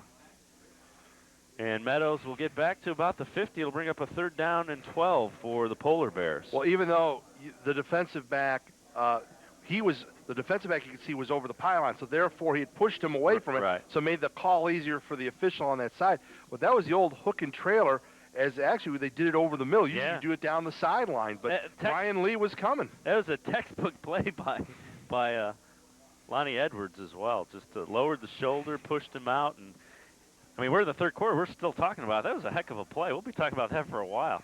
Quirk play action. Has time, steps up, looking for Lee over the middle. Lee has it inside the 20 at the 15. Went up between 2 defenders and came down with it. Well, and what he did was the defensive backs thought that he was going to go streaking the outside, but he cut it in over the middle. And this is the time when the free safety has to come up, and this time, not enough help, and Lee, who is so dangerous, hadn't caught a ball in the first half. He was the guy involved in that hook and trailer near the end, makes the catch. And, boy, you can see the Polar Bears, we had a couple of drives near the end of the first half, have come alive. 1st and 10 from the 16 of John Carroll, 13-14 and counting to go 3rd quarter. Quirk up under center. Meadows is the deep back. He gets the pitch, has some blocking, trying to get outside 15, and he's inside the 15 down near the 11-yard line. Pretty good run by Meadows without a whole lot of space there. Well, if you watch here, the big things that happen on plays like that is that your offensive line is that he didn't overrun him. He waited and waited. He took what he could get, and he made the play that way. You know, Dave, the thing that's hard to teach, you're moving in this game of physical chess moving, you still got to make the right reads. You can't overrun a play. You can sometimes go too fast. Pick up a 5, so it's 2nd and 5 from the 11. 13:02 to go 3rd. Meadows gets the call, bounces it outside. He's to the 5, cuts it in, and he's going to get down and touchdown. He's in.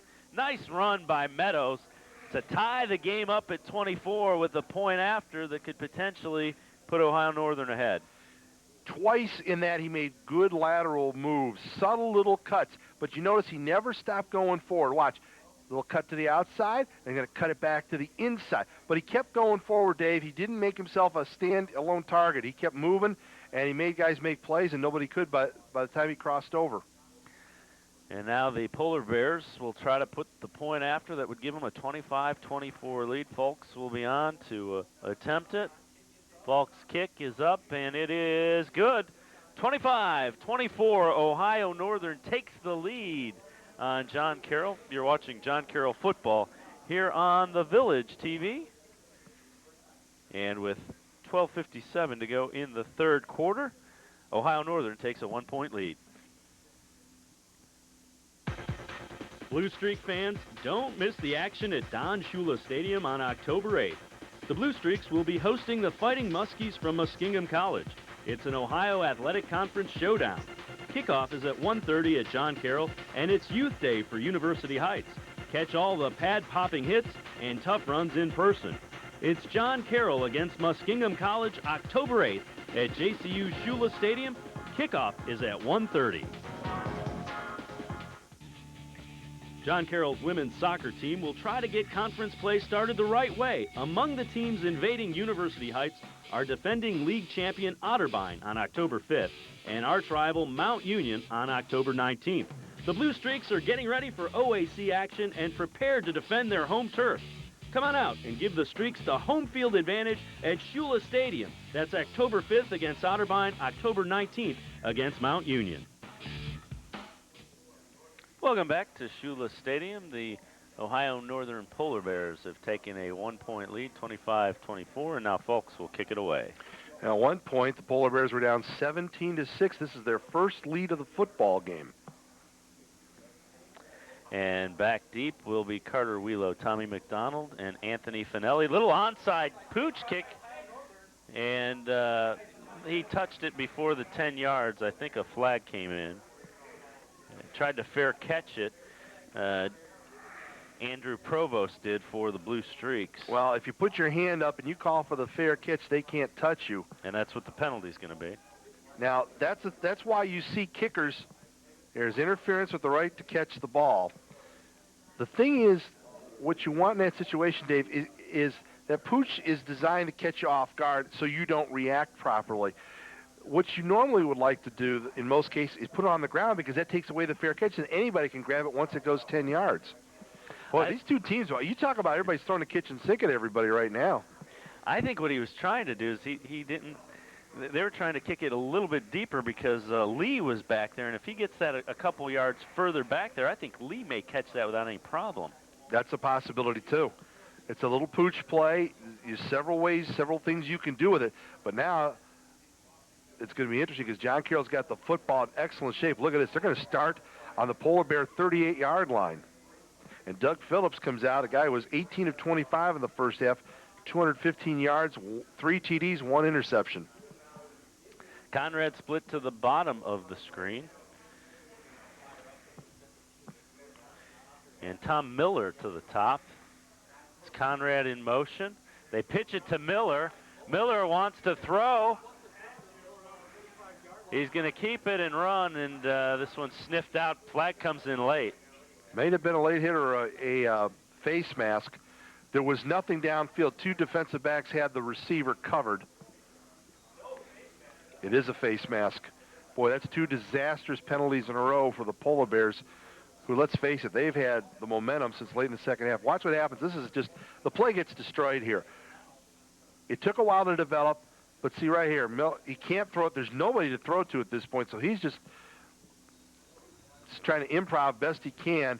But, oh, when you get those face masks, when you have someone dead to rights like that, coaches will just absolutely go nuts, and Coach Paul, I'm sure, is not real happy at this moment.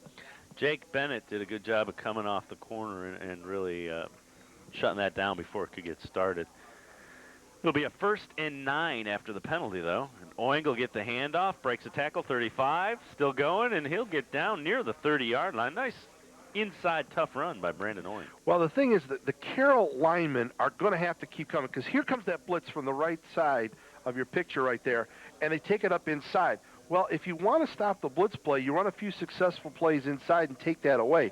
But the linemen have got to stay with their blockers a little more, punch it through just a little bit more, and they'll have more success. But, boy, they are just coming on blitzes every play to make up for Trusnick not being there.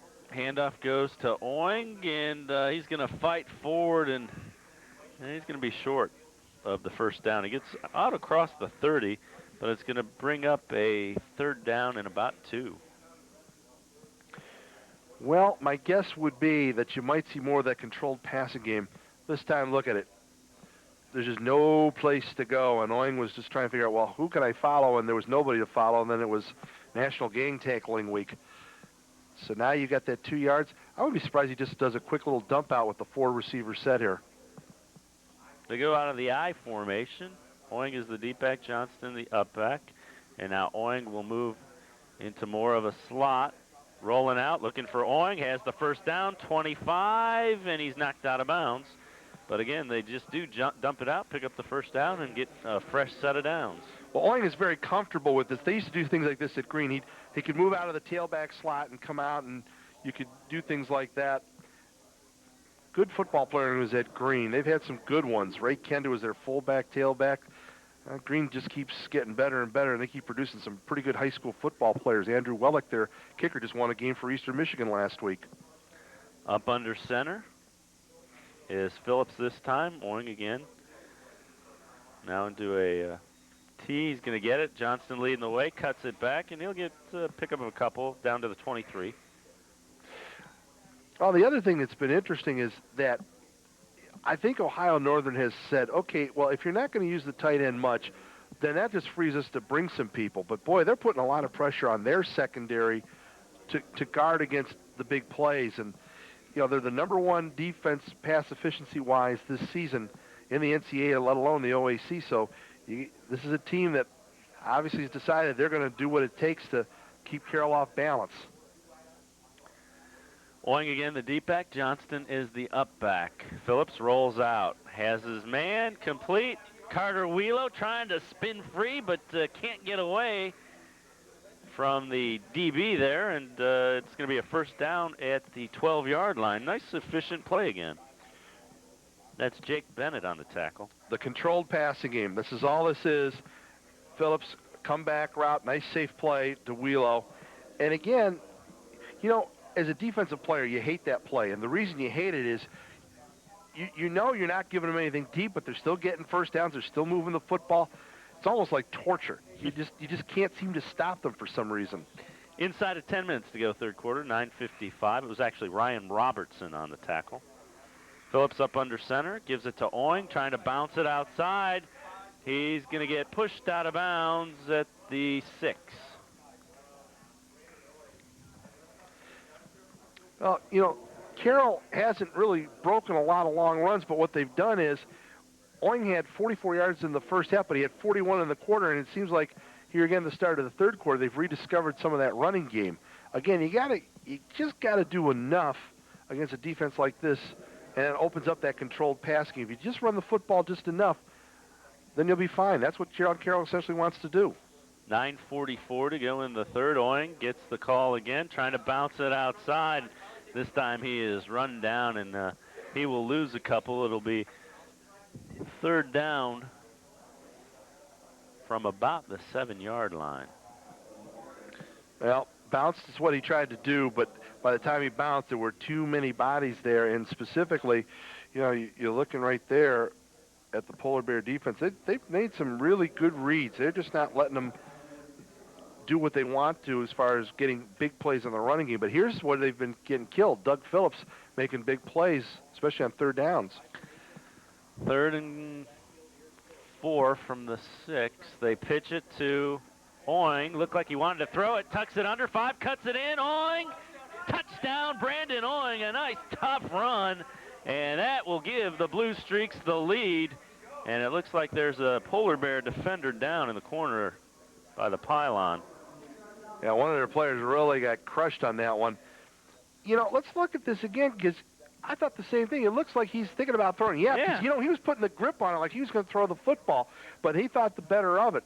Because I thought for a second the way Doug Phillips was moving out to the left, he might be throwing it back to him on a play. But, boy, he really nailed that corner big time. And the thing was that, you love a guy like Oing because he just makes sure he gets every yard he can. He's a guy who reads blocks well, does the little things well, fundamentally sound, not spectacular. Well, John Carroll gets back in the lead. This has turned out to be quite a shootout here in the OAC. 30-25, John Carroll leading with 8:55 remaining in the third quarter. We will take a break. You're watching John Carroll football here on The Village. Don Shula Stadium at John Carroll University is the place to be October 29th. The Blue Streaks will host Otterbein College in an Ohio Athletic Conference matchup. It's a 6 o'clock kickoff, but get there early and celebrate Parents Weekend with this year's John Carroll football family. That's October 29th, John Carroll against Otterbein College at Shula Stadium. A 6 p.m. kickoff as the Blue Streaks celebrate Parents Weekend. As the temperature drops, the competition will be heating up in the DeCarlo Varsity Center this October, as the battle-tested Blue Streaks volleyball team will be ready for the toughest teams in the Ohio Athletic Conference. Featured matches include October 7th matchup against Muskingum and Marietta on October 28th. With new head coach Callie Plummer at the helm, there's no telling where these Blue Streaks can go from here. Support John Carroll Volleyball in their quest to be the best in the Ohio Athletic Conference. Welcome back to Don Shula Stadium. The Blue Streaks will go for 2 with the 6-point lead, the 5-point lead rather. Phillips rolls out, throwing back against the grain. McDonald can't come down with it, so it will remain a 5-point John Carroll lead at 30-25 with 8:55 to go in the third. Well, and the reason you go for that at that point is now it puts you back up by 7 if you get that one. And it would have been 32-25, but there's that cannon again. That thing's going to get me one of these days. Those are the ROTC kids doing that to us. But, the thing that was important there, Dave, was that John Carroll, here they had a 17-6 lead. It evaporated, and now they've come back and gotten back on the board offensively. Now defensively, let's see what adjustments they've made, because it seems as though Quirk and the Polar Bears have found some flaws in the Carroll game plan.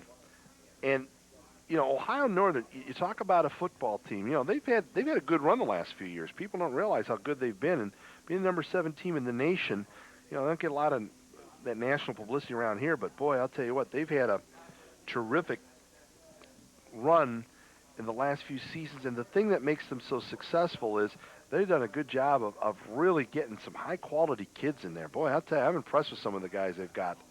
Even a few local kids too. Yeah, they recruited the very good Nordonia program pretty well. And set to kick it away will be Talenda. Dave Talenda tees it up. Hostetler is the deepest of the backs. Lee and Meadows are also back, and it's going to be Rusty Midlam. Midlam, flag comes in. He's to the 20, and he gets out to about the 27-yard line. And that flag was down near the 18, and if that's a clip, that's going to set him back about the 9. And there's a little John Carroll player shaking up on the kickoff as he got hit.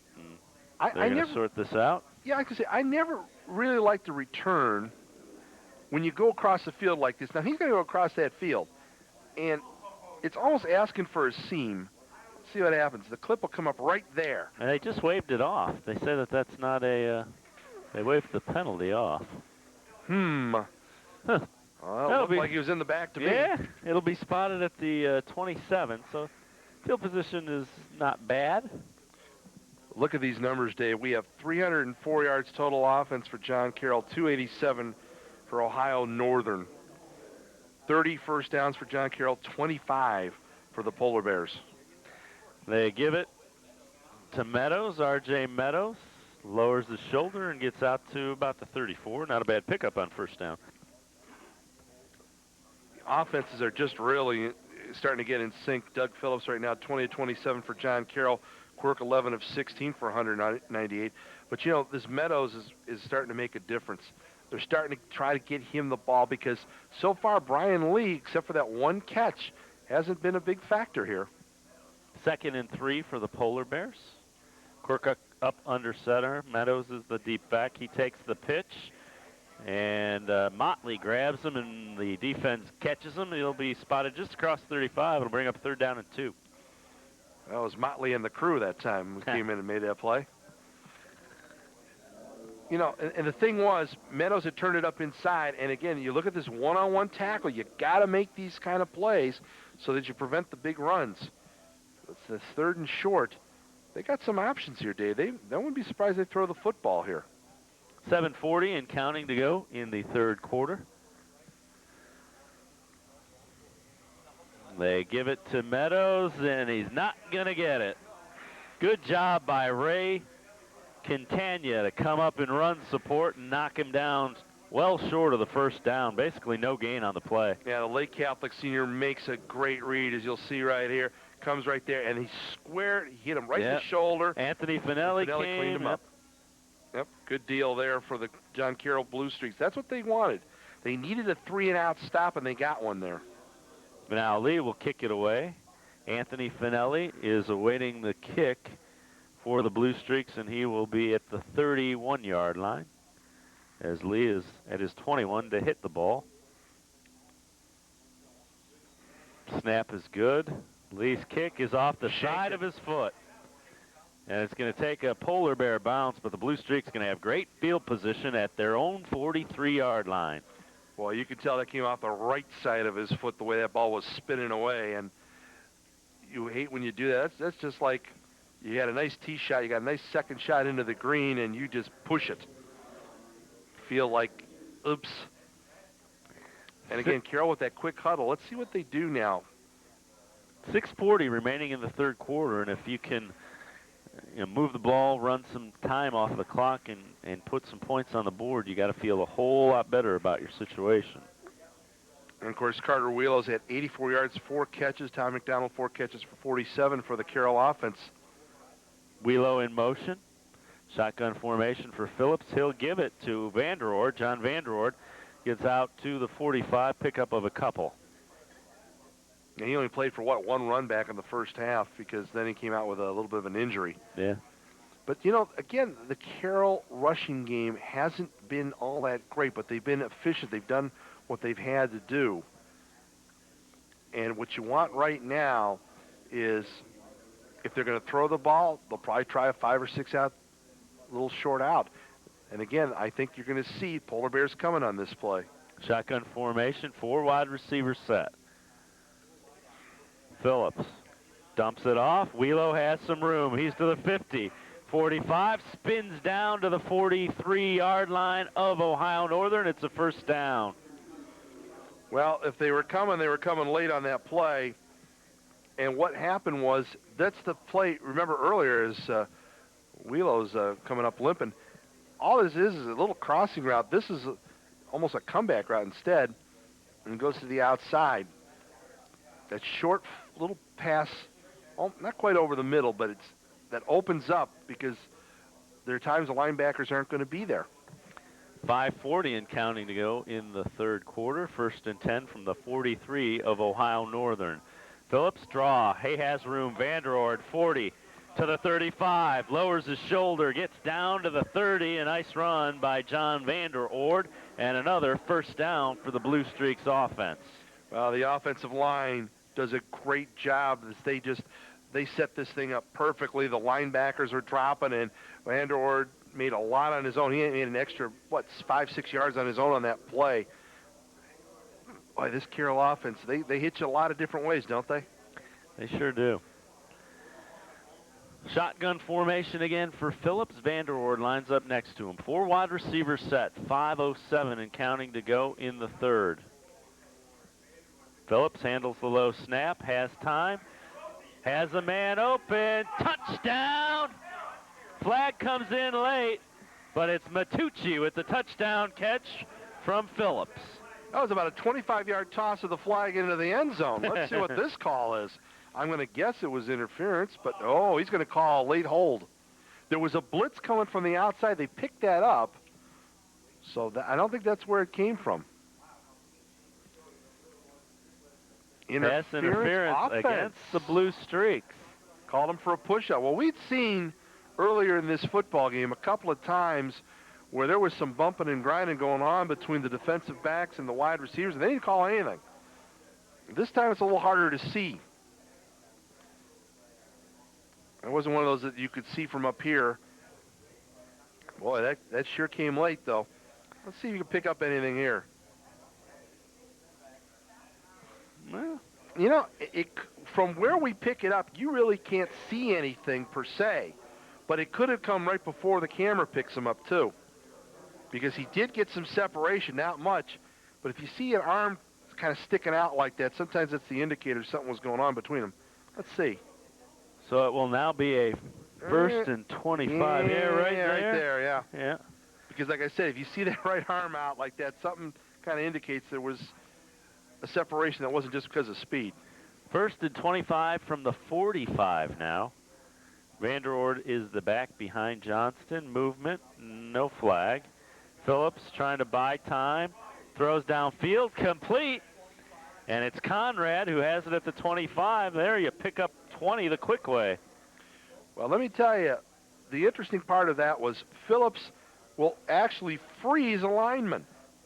Now he moves out here, and the lineman doesn't know what to do with him. He says, should I come or shouldn't I come? I think it might have been Motley, and in any case, not Motley, one of the Polar Bears, and he just froze him.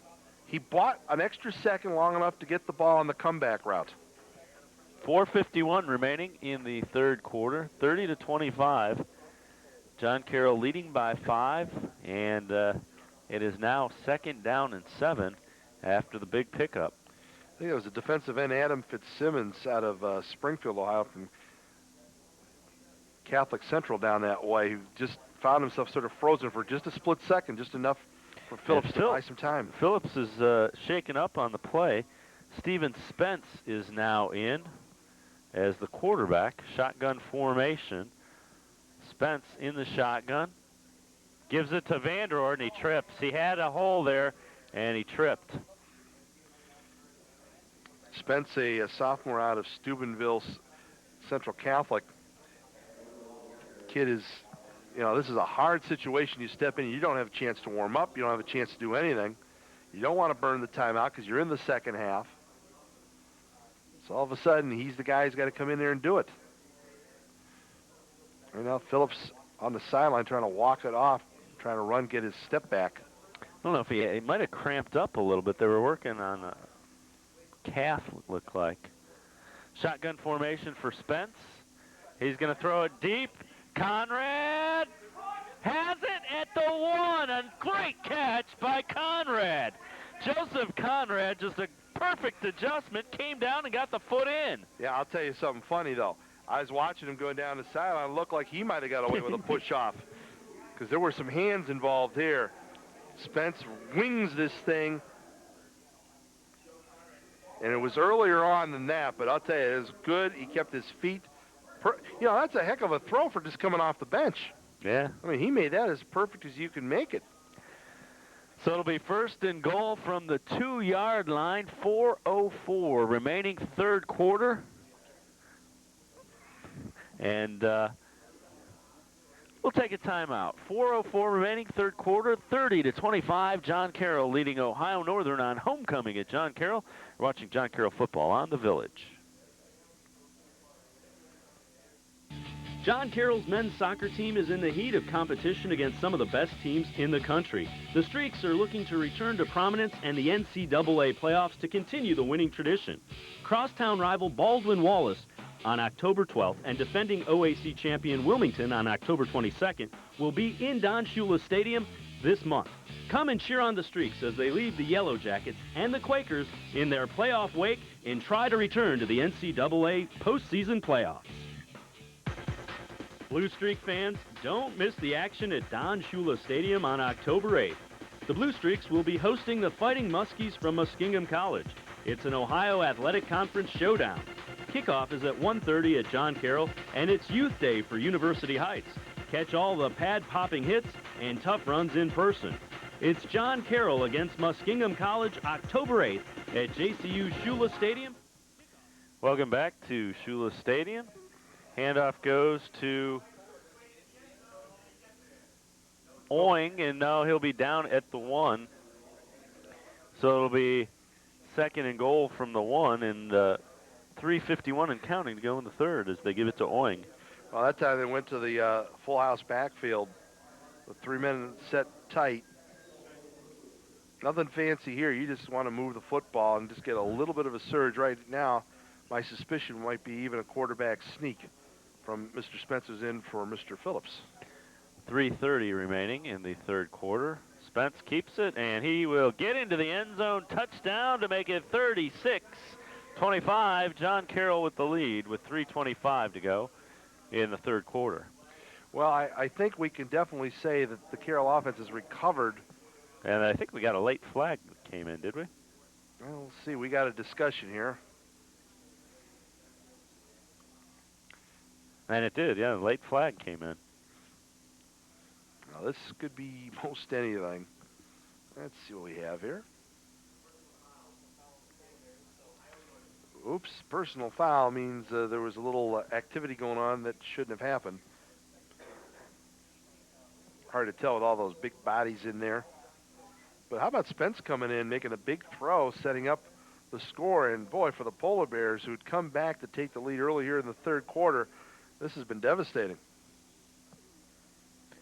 And the Blue Streaks will go for 2. That full house backfield look. They fake it to Johnston. Spence rolling, and not going to happen. So the 2-point conversion is no good. It remains an 11-point John Carroll lead, 36-25, 3:25 to go in the third quarter. And really the Blue Streaks offense has picked it back up again. Well, here on a homecoming day, which they blocked off Belvoir Boulevard, and they had all the ceremonies for the Hall of Famers and all the good things that they did here. They're honoring all sorts of people. I think the thing is, you always worry about your team kind of, getting caught up in that atmosphere, and they've really taken care of business. And since that, you look since that Mount Union game, man, they have been putting points on the board. This offense has really come together, and it's a real testimony to Regis Scape and his coaching staff veterans like Kerry Volkman, Tim Reardon, all the fine folks they have, because, Dave, it's so easy after you get slaughtered like that to just have the whole season come unglued, and these guys came back, as Regis Cave said, just burn the tape and let's go. But he was always like that back, even when he was coaching at Chanel. So the Blue Streaks, after the penalty, will kick off from the 50-yard line. The personal foul is assessed on the kickoff, so they will kick off from midfield. Well, this is the one chance they may have to kick it out of the end zone and not see that big return. 3:25 to go here in the third quarter.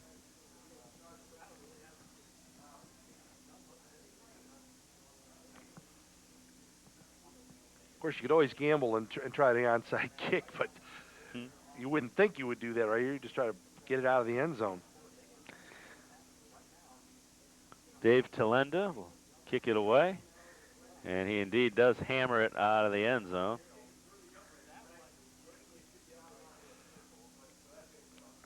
Well, it's the first time they're not going to have great field position, the Polar Bears, in a while. They'll have to go 80 yards. You wonder what's going through the mind of Ohio Northern. Here's a team that had the #1 passing defense in the OAC and in Division III, and they've given up some yardage today. They gave up a couple of big balls as well as far as the deep pass goes. So you got to wonder if their confidence is a little bit shaken right now. Their offense has been okay, but it hasn't been great. Garrett will be the tailback. They fake it to him, and then they swing it to Summers, the fullback, Terry Summers, and he will get across the 30 and a first down.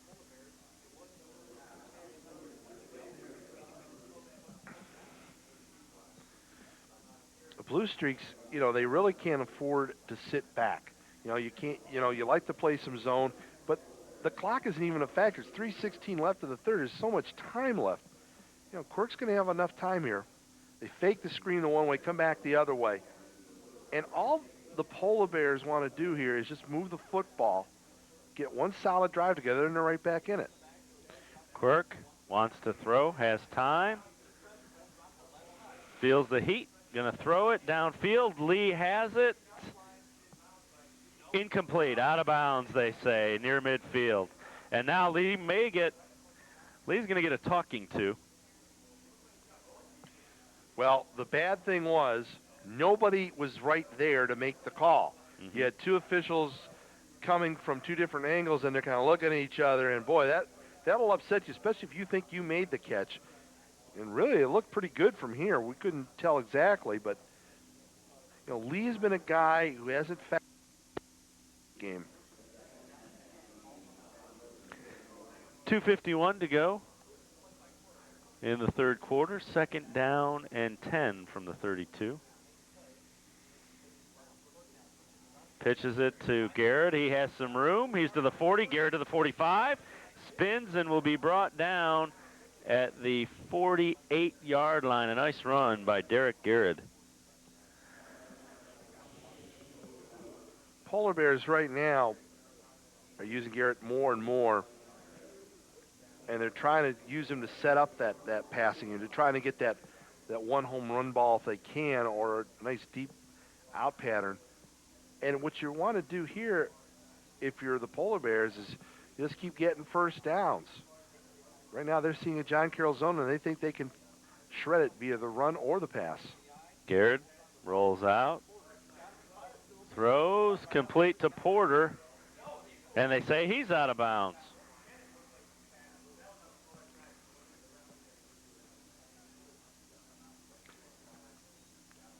Well, let's take a look. Now watch his feet. Ooh, let's see. Oh, No. He got the right one down, then the left one came down after it. I thought it was only 1 foot in college. If that's the case, they made a bad call because he had the right one down before the left one came. Second and 10 from the 48, 2:17 to go, third quarter. Of course, it's harder to tell in real time. We have the advantage of slow-mo. Garrett motions out of the backfield. Quirk Has some time. Incomplete. Looking for the tight end, Gasser. So that'll be a 3rd down and 10, 2:12 to go in the 3rd. Now, he never really should have thrown that football. Joe Motley was right there in the path of it. He forces this ball. This should not have even thrown it. Got away with one there. So it's 3rd down and 10 now for the Polar Bears from the 48-yard line. Porter and Lee to the top of the screen. Ben Whitward to the bottom. Quirk has time. Throws to Lee underneath, has the 1st down, and he gets into John Carroll territory at the 39-yard line. 1st down for the Polar Bears. Well, the defensive backs did a pretty good job of containing Lee, and even here, though he gets the 1st down, really doesn't bust a big one. They're just trying to free him up somehow. There you see him coming across. It's just the little things they're trying to do. Again, you're only down 11 points. You don't need a whole heck of a lot. They just want a consistent drive and come up with 7. 1st and 10 from the 39, 147 and counting to go in the 3rd. And Garrett tripped up after a short gain.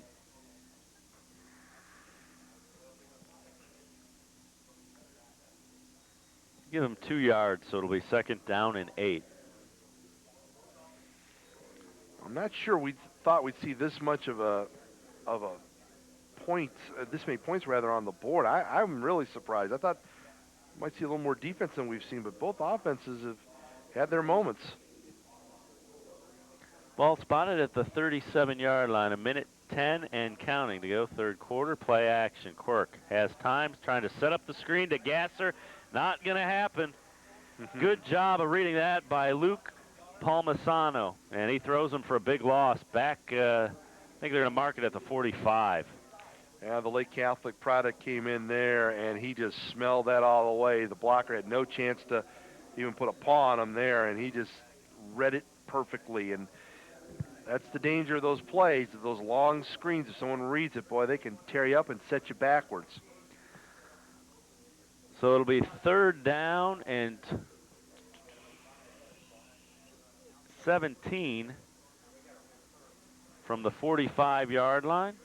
Garrett motions out of the backfield. Quirk has time. Flag comes in.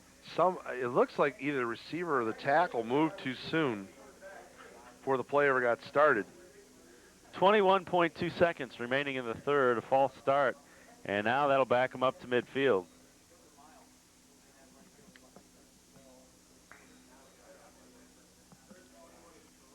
Now, this is where your defensive backs have got to be smart. They want to keep the play in front of them, but you don't want them to get it close to a 1st down because then you got a 2-down territory possibility. 3rd down and 21 now from midfield. And we are down to 10 seconds remaining, 3rd quarter. Quirk up under center. They fake the draw. Flag comes in again. Quirk throwing up, intercepted. And it's picked off for John Carroll by Ben Adams, and that's likely going to be a holding penalty, and they'll probably decline it. Yep. As, that holding came very early in the play.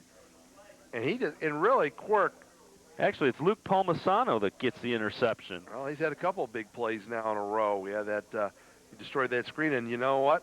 The big thing that happened right there is Quirk made a bad decision. He just threw it up. Let's take a look at Quirk. Get a little bit of pressure, moves to the outside. There's the hole right there. Almost stripped the player of his uniform, and just a bad toss. I mean, there was 3 Carroll guys right there. There's no reason to throw that ball up in the air like that. Heads-up play by Palmisano to come up with the interception. So we go to the 4th quarter. Our score, John Carroll 36, Ohio Northern 25, and the Blue Streaks take over after the interception. 1st and 10. Ball will be spotted at their 22-yard line to start the 4th quarter of play. And Doug Phillips gets the chance to come out here. Good to see. I think it was cramps the way they were working on his leg there, and then he was trying to run it off. Well, he's had an opportunity now to rest up a little bit. Of course, Spence came in and got the touchdown. Offense except for one turnover, has worked very, very efficiently for John Carroll. Shotgun formation for Phillips. McDonald in motion. They give it to Oing. He has some room. Gets across 35 out to the 37, or 25 rather, to the 27. So it'll be a pick up a 5. It'll be 2nd and 5. Some more points would be a big, big, big lift for this Blue Streak offense. Well, I also think what they're thinking about here is another ball-controlled drive. Yeah. Drive about 6-8 minutes off that clock. If you can score that, that would make a big difference here. Even a field goal is important. Up under center is Phillips. Phillips gives it to Oing, bounces it outside. He's to the 30, 35. And he'll get out to the 39-yard line. A nice run by Brandon Oing, and he's going to move the chains all on his own. Now, the numbers in this football game are amazing. You see Oing going to the outside. He had 66 yards prior to that on 17 carries. Yeah, look at that. He cuts in to keep the clock going, too. Yeah. John Carroll, they've had 18 first downs to 16 for Ohio Northern. I mean, they have been really carving them up with that 289 as far as the total offense at 215. That's just in the passing games. Oing again is the deep back. Phillips incomplete, and he was not on the same page as his wide receiver Matucci there. Someone went up when they were supposed to go out, or someone threw it out when he was supposed to throw it up. Well, that's a couple times it's happened. That happened on the one interception play. Right now we're approaching the 400-yard mark for John Carroll in total offense. They have 376 prior to the last couple plays. Dave, the big thing is here, they want first downs. They need first downs here. They're only up by 11. Shotgun formation for Phillips. Oing lines up next to Phillips, and they dump it off to Oing. Flag comes in late. This one's coming back. Another flag, and he picks up the first down, but I think they're going to get their choice of penalties here. It's going to be holding or holding. And I'll probably call it holding in the backfield. They'll take that one because that came, and I'll tell you what coaches hate about that is now you get it from that spot of the infraction, and it just sets you backwards. Mm-hmm. You had this whole thing set up nicely. Officials have come into the game more in the second half. It was pretty clean, and then all of a sudden we've had a little flurry of activity. 13:36 to go, fourth quarter, and it's going to be a clip, actually. That one's declined. Then the holding will be accepted. Yeah, the holding was in the backfield. The clip was downfield.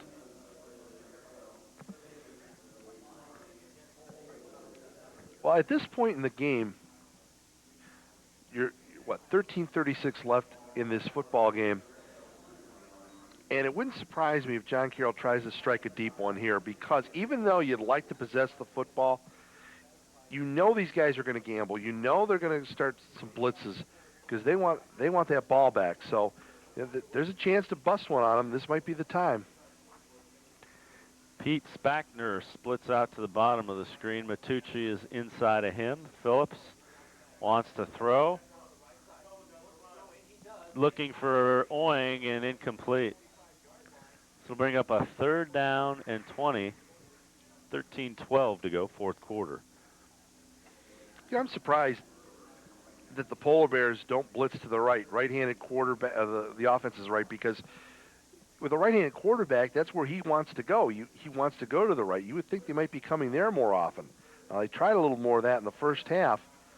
They need to try something if they're going to stop him here, because if Phillips can do anything, he's going to go to the right. That's the wide side of the field.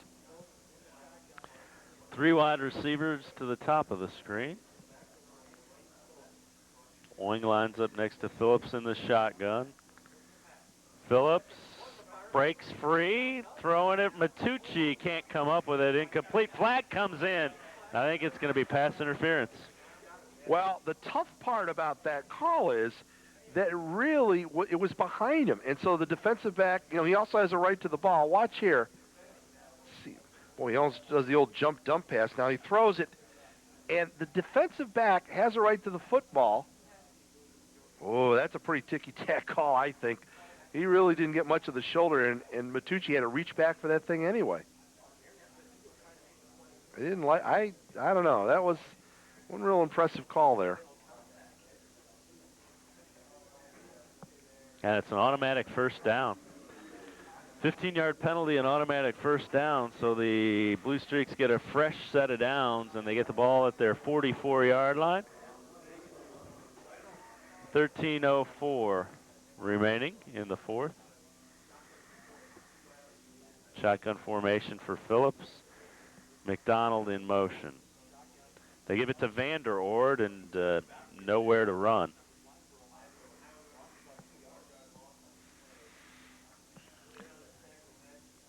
It's almost, I don't know what you want to call it. It's almost like a sweep, even though it really doesn't look like one because he's coming from the left side, crossing to the right. Takes a while to get that play going, especially when you're coming out of the shotgun like that. Going back in now. Again, Carroll likes to shuttle some of those offensive players in.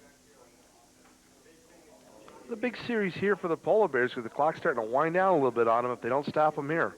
12:25 to go. Flags come, and I think this one's going to be 5 against the Blue Streaks. Boy, somebody didn't hear that snap count in the huddle. That was a good count ahead.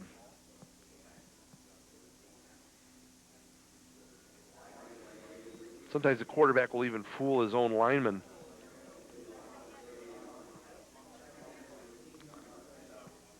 And you know, we're just over 12 minutes left, and you get the sense that John Carroll just feels like they're still in command of this game, and they don't seem to be panicked, even though they just got another big penalty.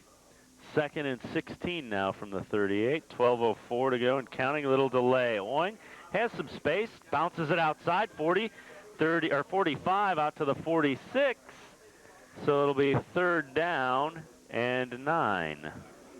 Well, Clock running, 11:49. He just cut the field in half of what they needed. And this is where he shows some real speed going to the outside. Only you don't think of him necessarily as a speedster, but boy, he's just a smooth runner. He gets outside so smart. Well, folks at home, what do you think? What are we going to see here? 11:26 and counting now to go in the fourth. Shotgun formation, a little bit different set. Crossing route, I'll bet. McDonald in motion. High snap. Phillips handles it. Feels the heat. Has some room to run. Tucks it. 50. First down at the 44-yard line of Ohio Northern. And you can just watch him setting up the defense as he's running under control. He's looking. When he knew he could make the first down is when he passed the line of scrimmage. Well, that's why I say you got to come. And if you're going to come, you got to come to his right or the left of the screener. And there's nobody coming. There's McDonald. It'll open up late, but by the time it opens up late, he has no chance to throw that crossing route. So what Phillips did is he made it look like he was going to throw the ball, kind of hung on, and then just took off enough knowing he had the first down. Ball on the 44-yard line of Ohio Northern. 10:47 and counting to go in the fourth. They give it to Oing, and Oing gets down to the 38-yard line, 39-yard line. Good pickup, and more importantly, clock running. Well, and the thing you love about this play, look at the interior line. They just took everybody out, and they just created a nice little crease inside. Mark Lloyd, the right guard, came around to really help seal that so that they had a nice inside seam. Pickup of 5, so it's now 2nd down and 5 as we are at 10:10 remaining in the fourth. Polar Bears show blitz. They come right ahead. Vander Oord picks up a couple. It'll bring up 3rd down and short. Now that's the time they couldn't get the crease. Again, against the blitz, you have to make a decision. If it's numbers on numbers like this right here, you got all these people coming up and in, you got to decide if you can push them out enough. By the time Vander Oord hit the hole, it wasn't his fault. It didn't develop quickly enough for him to get there. 9:35 and counting to go. It'll actually be a 3rd down and 5. Play action, naked bootleg. Phillips buys time, has a man wide open. Vander Oord at the 20. He's at the 15. Vander Oord, touchdown, But the guy that made that was the quarterback, Doug Phillips. No flags down. He rolled out, threw completely against the grain, and had enough patience to let Vanderord clear. Well, not only that, but against the way the Polar Bears have gambled, they finally got burned, and a couple times where they've been burned, in the middle. That thing opens up in the middle, but you're right. Here's the fake right there, and he's coming out of the backfield, so when he rolls left, here he comes out of the right side. There was nobody who picked him up because he'd come out of the backfield, slid out that way. Nobody has him in coverage. It just opened up because Phillips threw back against the grain. Boy, that is as big a play as you'll see a quarterback make. 42-25, Blue Streaks lead. The point after by Talenda, right down the middle. John Carroll, 43, Ohio Northern, 25, 9:20 to go in the fourth. You're watching John Carroll football here on the Village. It's homecoming with the Blue Streaks with a big lead. We'll be back after this timeout. In a word, describe the study of liberal arts at John Carroll University. Stimulating. Advanced. Collaborative. John Carroll, strong Jesuit tradition, solid education, sound future. John Carroll's men's soccer team is in the heat of competition against some of the best teams in the country. The Streaks are looking to return to prominence and the NCAA playoffs to continue the winning tradition. Crosstown rival Baldwin Wallace on October 12th and defending OAC champion Wilmington on October 22nd will be in Don Shula Stadium this month. Come and cheer on the Streaks as they leave the Yellow Jackets and the Quakers in their playoff wake and try to return to the NCAA postseason playoffs. In a word, describe the graduate school programs at John Carroll University. Professional. Challenging. Empowering. John Carroll, strong Jesuit tradition, solid education, sound future.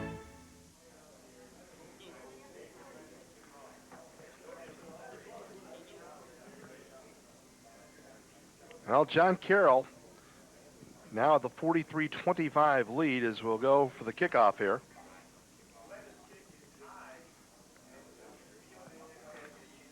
And here it comes. They faked that reverse again, and that's what's opened up several kickoffs. And Hostetler finally brought down. And remember, he returned the first kickoff John Carroll kicked him after their first touchdown of the ball game. And so now the Polar Bears find themselves trying to battle back into this ball game.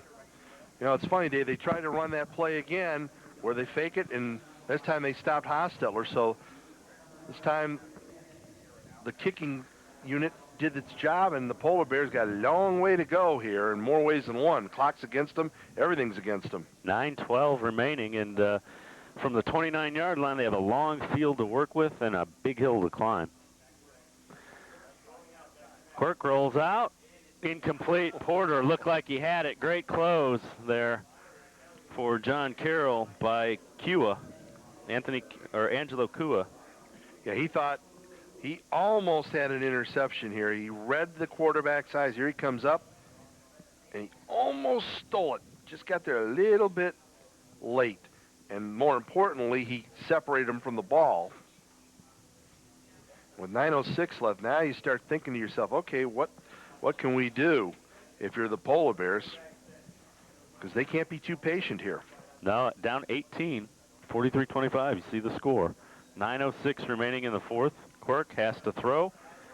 Behind, almost a nice catch as it's incomplete, but Whitwer almost made a real nice one-handed catch. That was behind him, and he almost came up with it. Well, and the thing, you made Quirk throw off his back foot. He didn't want to do that. And it's opened it up for the John Carroll defense. And, you know, let's give these guys some credit. They've really come and played a real nice football game. Joe Motley, outside linebackers, played a pretty nice game. And, you know, Derek Bendow, you don't talk about him a lot because he ties up so many people. He's right there on the nose at center. So it's now 3rd and 10 for the Polar Bears. Quirk up under center, wants to throw, and now he has plenty of time. By some more. Bendow gets him. Eric Bendow gets a hold of Quirk, and he's sacked all the way back at the 21-yard line, and the big nose guard kept after it. Well, there's two things. One was that was a coverage sack because Bendow was tied up by three guys in the middle. Three guys in the middle, guy. But look at it. The quarterback rolls out of it, and he says, okay, let me have a piece of him. I don't get a chance to get the quarterback often because he's literally tying up the guard and both guards in the center. And now all of a sudden the Polar Bears got to make a decision. You're going to go for it in your own territory? You might as well. You only got 8:32 left. What's the difference? Fourth How about and another 16, 40? though, yeah. Yeah, how about 40 more points this week for John Carroll? Oh, Against two teams they had legitimate worries about. yeah. Both previously unbeaten. Yeah, it was Marietta, and now the Polar Bears. Well, this is a little payback for last year. And you know that Regis Scape and those guys definitely pointed out to the boys last year in Ada at Dial Roberson Stadium was 38-14.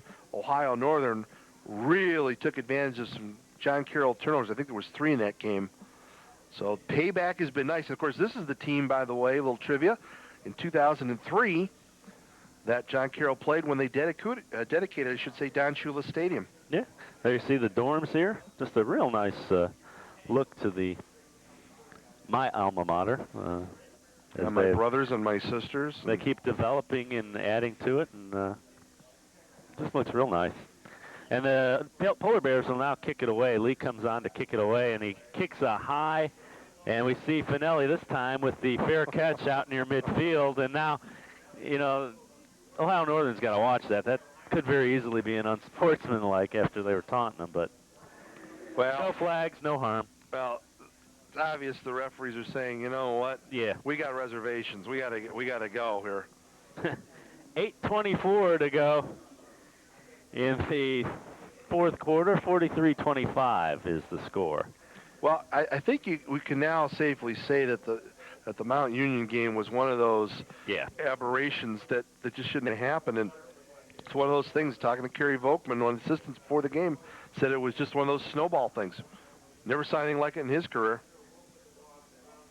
Oing is the deep back. Johnston is the up back. Oing will get it, has some room, crosses into Polar Bear territory, and will be brought down at the 46-yard line, 47-yard line, we'll call it. And really, John Carroll's success of the last 18 years has been because when Tony DiCarlo took over, had been their wrestling coach for many years, became athletic director. When he took the football job, a lot of people wondered, well, they came here, I'll never forget the game, I actually saw it, and beat Baldwin Wallace in his very first game here 10-9. And that really set the stage for the expectations of this football program that have come such a long way because they were really down in the dumps at that time. Phillips up under center. The deep back is Oing. The Polar Bears showing blitz. Oing has it. Breaks a tackle. 40, 35, 30. Brought down at the 28-yard line of Ohio Northern. Another nice run for Brandon Oing. 7:36 on the clock, and it will start running again as soon as the ball is spotted. Well, one of the things that when Tony DiCarlo hired people like Regis Scape, Kerry Volkman, Tim Reardon, those folks over the years, Rich Nowak, who's back at Brunswick now, and Coach Ruvalo from Solon, he brought in local coaches, and he got local connections, got some of the good local players, and boy, you get to see them here. We've seen a bunch of them. Tommy McDonald, Doug Phillips, Brandon Oing went to Green. 7:13 and counting to go. Handoff goes to Oing. He has some, actually it's Vanderord who is in the backfield, and he'll get down to the 22-yard line. It's hard to see those 3s and 4s when they're in that deep back spot. And Vanderord picks up another good gain on first down. The clock moves, and the chains move.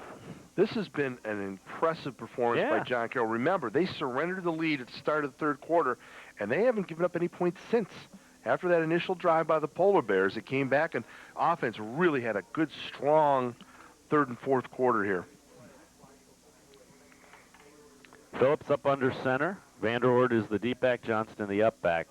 They give it to Vanderord. He tries to fight for it. He'll be short of the first down. It'll be 3rd and short. But right now the important thing is the clock is at 6:23 and counting to go in the fourth quarter, and the Blue Streaks are in command without a doubt of this game. Well, the big thing is they have a big enough lead, 3 scores. You know, that's the most important statistic of the day. Once you get past 16, you're where the coach wants you to be. See, if something goes wrong, you still need 2 more scores to beat you. So they're right where they want to be, running this clock down, and they've going with the tight end now finally. More conventional set. Still Brandon Oing. Breaks the tackle, and he will be brought down, but short of the first down. But Boy, he could have been thrown for a big loss, and he fought free and was able to actually pick up a yard or two. Well, the Polar Bears are sitting there going, how did he get away? I mean, they had him dead to rights that time. And Oing, doing what he needed to do, and more importantly, he shaved off some more time, because by the time they set up for the field goal or whatever they want to do here, they're just going to eat up a lot of clock. Down to 5:15 and counting to go. 4th down and 3 from the 21. Blue Streaks will go for it. Play action. Phillips has a man. Oh, nice catch by Kilbane, the tight end. Picks up the first down. They'll get a new set of downs and a first down, and move more of the clock, more importantly. For all the good things that Doug Phillips did that time, he almost threw a bad one, and he was rescued that time by the tight end. I'll tell you what, that is a good grab by Kilbane. That ball was flying away from him. He just got those big paws out there and hung on, and that will really kill the Polar Bears. That's the nail in the coffin. That's the one they wanted so badly. 4:50 and counting. Fresh set of downs. Clock moves. Ball spotted at the 15-yard line of Ohio Northern. 43-25. The score. Handoff goes to Vander Ord. He's hit after a short gain. But right now, again, the important thing is that clock just keeps running, and the lead is still 18. Yeah, I want to give Scott Niedzwiecki a little shout-out, the defensive coordinator for Carroll. They really did a good job on Brian Lee. And coming into this football game, I thought that was going to be a key, and they did a real good job of shutting him down, making him non-effective, and really they had a couple of lapses, but, boy, they came back in the second half after giving up that initial score, and they played very, very well. Yeah, and this offense has been just efficient all day long. And as we say that, a flag comes in, and we will get a penalty. But, boy, the game plan here was terrific. They ran the ball effectively. They mixed in the short passes, and, 43 points on the board. Yeah, the game plan was really good. Well, but not only that, but what they did was they did this against a team that they knew was missing their sack guy. Mm-hmm. And when you take the sack guy out of there, what did you know the Polar Bears were going to do? They were going to blitz, so they ran occasional crossing route. They used the short outs. They knew it was coming, and they did a good job of scouting them, did a real nice job. Vander Ord again is the deep back. The up back is Johnston. Matucci is to the bottom of the screen. Lonnie Edwards to the top. They're going to give it to the second back. That's actually Brandon Oing, and he will be close to the first down. I think he's going to be about a yard short, so he'll be 3rd and a yard. Right now the clock's at 3:33 and ticking, though. Yeah, Oing's about the sound that's probably coming out of the defensive players when they're trying to tackle him, because he just gives him a shoulder, gives him a leg. He just is one of those backs you hate to tackle because you don't really get a good, clean shot at him. And willing to sacrifice. This drive has done exactly what you said you wanted it to. They've moved it down. They're now inside the 10 at the 7, and they're down to 3:05 and counting to go in the fourth quarter. Phillips gives it to Oing again. He's got the first down. He'll be pushed back, but the clock will stop momentarily while they reset things, and then we'll get it going again. Well, and the unsung heroes are always the offensive linemen, and these are the guys that have done it. They knew this blitz package was coming, and in this drive in particular, look at the push-off they're giving. They're giving them holes right there, and they have done a really nice job inside of just opening the doors for them, because Phillips has not had to go airborne too often here, and that's what's really cool. When you can run the football like this, that's going to give Carroll a big chance now, and really puts them not only back in the OAC race, but most importantly, a shot at postseason. 2:33 and counting to go as they get the play off just before the 25-second clock goes, and they'll push it forward. As soon as they spot it, they'll have another 25-second clock, and Phillips is doing a nice job of bleeding that 25-second clock as much as he can. This is like torture right now. If you're the Polar Bears, this game has gotten away. You're so highly ranked, and boy, oh boy, payback has been sweet for the Blue Streaks today. They remembered last year. I guarantee you they remembered last year. They may put a 50 spot on them. Would you believe that? Inside of 2 minutes, 1:53 and counting. Play clock down to 2. They get it off. Handoff goes to Oing. Oing into the end zone. 49-25 with 1:47 to go in the fourth, as the Blue Streaks marched down the field to put it away without question. But, Dave, I think the great thing is, again, blitz package coming. Left side of your screen, they're coming. Doesn't matter. They picked it up. They block. They create the little crease perfectly. I'll tell you what, John Carroll's offensive linemen are going to get a nice big hug from Phillips and the running backs because they did a great job. This is a clinching drive, real testimony to the way they've been playing of late. They are really hot. Talanda puts the 50th point on the board. It's now John Carroll 50, Ohio Northern 25. The Blue Streaks will have a happy homecoming celebration as they upset the 7th-ranked team in the country in Division III here at Shula Stadium. And Regis Scaife has to just be thrilled with the way his team has responded these last 2 weeks. And it's credit to him and his coaching staff the way they've played. Well, how do you like to be the team, you lose 70-0, and then what did they do last week? They come back, and they just absolutely did a great job against Marietta. You know, it was 48-14. So they have now scored 98 points in 2 games. You think this team buckled it up, got a little mad maybe? Yeah, the other thing is they hung 50 on the 7th-ranked team in the country, who is, they're unbeaten coming into this game. And they played a couple of tough teams, and Blue Streaks played well. They dominated the game, really. Well, and the thing that I'm sitting here amazed at is that, things were getting away from, Brian Lee almost scores that touchdown before the half, and we thought, oh, my goodness. And here come the Polar Bears second half. They take the lead early, and you think, oh, boy, it's coming apart. They're down 25-24. Since that point, they've scored 26 unanswered points. I mean, that's just amazing. I wouldn't have believed it. But Carroll defense, Carroll offensive line, Blue Streaks have really played well on homecoming.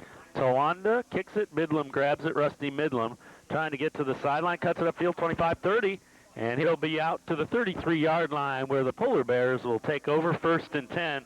1:39 remaining in the 4th quarter, and it's been pretty much all John Carroll. And this second half has been Carroll ever since the Polar Bears' first drive. And a personal foul on the Blue Streaks. That'll give Regis something to talk about there for a little bit. Gentlemen, we want to go home. That's what they're going to say to him.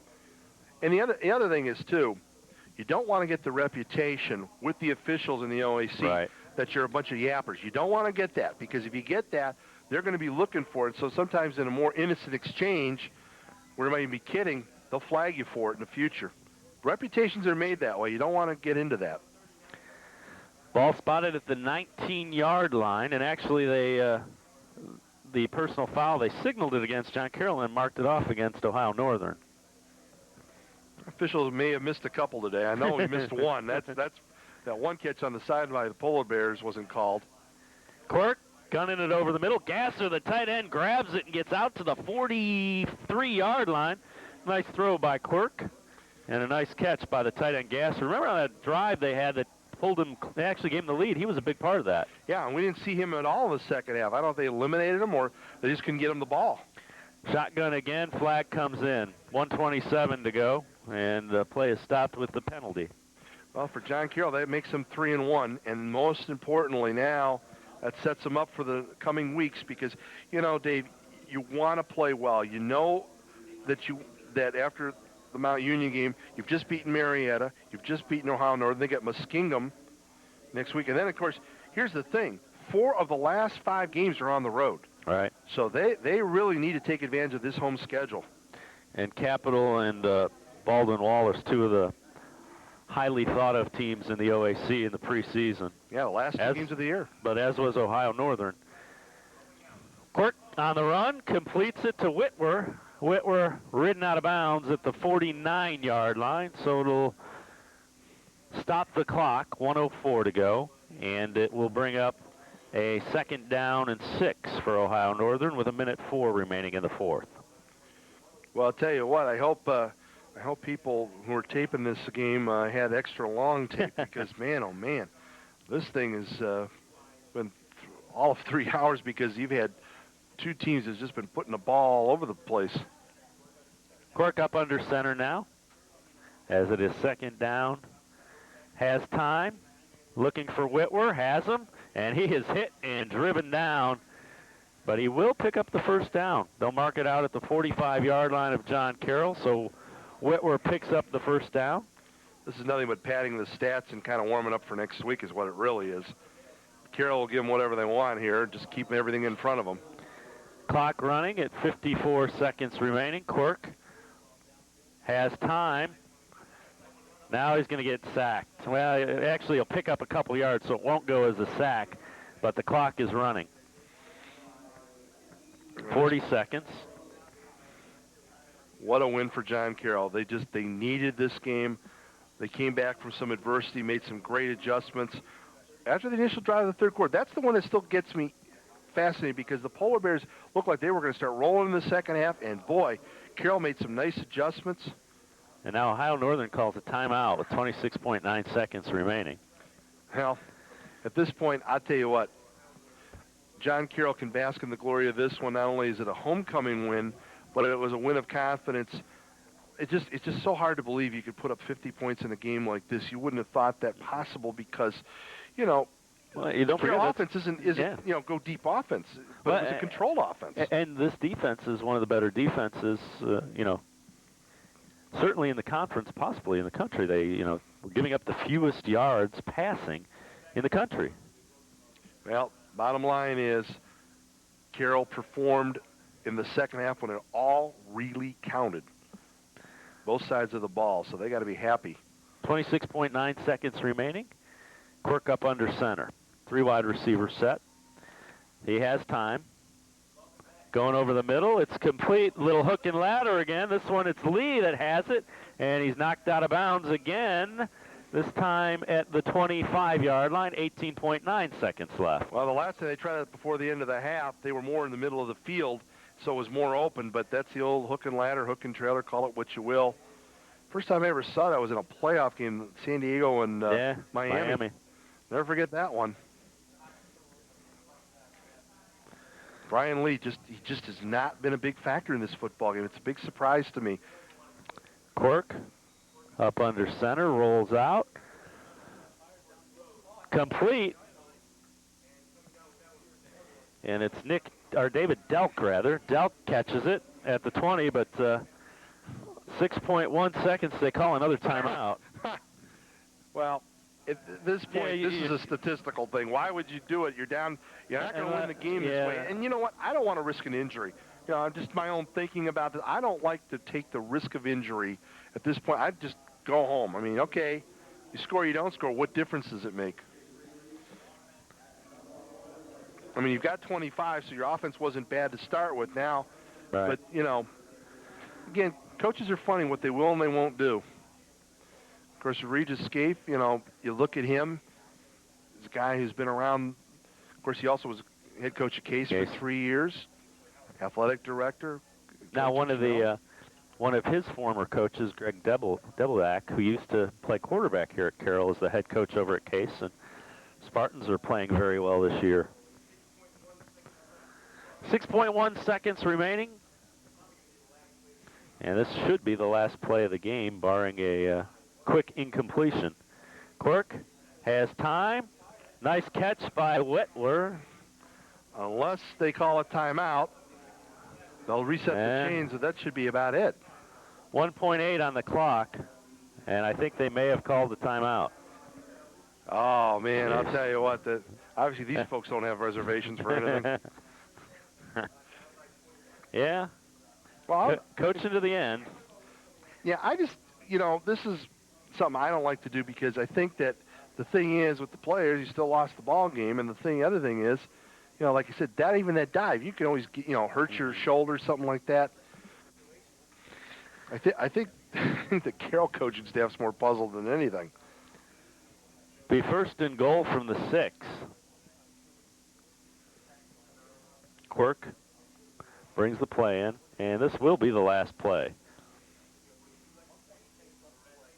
Unless they have a penalty.